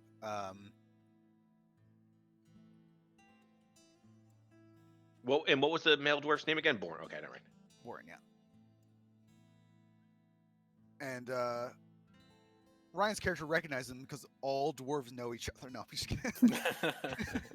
Uncle. All dwarves look the same to you. So this is one of those scenarios where if you would like to roll a perception check, you can, or you can take your passive perception, whichever is probably better. I know what Mike's going to do, but I'm taking passive. which is a If 23. given the choice, Yeah, I have a 23. you have a passive 23. Observant. Yeah, I have a +8 perception and observant. Nice. So really, all Uh, perception checks are a formality if Mike's character is conscious. Ooh, 28 could be even. Oh, look at see, yeah, look at. All we right, both have expertise. nice. So, Sylvie is not. Maybe Sylvie might be a little bit grossed Drunk? out by all of this. Well, because here's the thing. I mean, this is not pleasant to look at. Obviously, the dwarf's body is pretty horrific at this point because he's like a bloated, drowned body. The Witcher obviously doesn't care. Like this is nothing. This is every Tuesday for him. But those of you not used to these types of things, it's a little unsettling to look at and probably to smell at this point as well. At least for the dwarf. But one of the things that you notice is that there is a drain in the center of the room. The drain has like several 1-inch openings. So you think that maybe something like the liquid that's drip. You can see that the liquid that is on the dwarf is slowly sort of like making its way into this drain. Aside from that, and it's not really the reason I bring it up is that it's the only thing that you can see that would allow any sort of like anything to go in and out of this cell. There's that window that I mentioned, but it's outside of the cell and up really high. Um, and Quick question: Yep. Is were like did they explain to us like were these two people in this cell and they came back and found them dead? yeah, so Okay, they I were didn't know if bo- they just like brought them here. so they were both arrested. And I'll go into further details next time, but they were both arrested for murder. Um, from what they've mentioned is that they were both essentially caught red-handed murder for murder. And they only have one cell, so they put them in there together. And this is what they came back to. So you guys are I'm throwing this all into the investigations and perceptions and all that kind of stuff. Um, so the only exit to the cell is the doorway to the cell, which shows no evidence of tampering whatsoever. Um, and then there is the door to this room, and then there's that window. So essentially, those are the only means of egress to this room. Under normal circumstances, the door to the room is really the only thing that Did we get a name for the woman? Evelyn. Evelyn. And she is a human. And the drain in the room is of some significance. It's significant in that, like, I'm just pointing out the different. I don't want to say like means of entrance or exit because that's not really the case. It's just the only things that allow for any sort of movement in and out of this area It's would like be the another connection. Yeah, it's the window, the barn, and then there's a drain underneath. So those are the only things that would allow anything in or out of this room.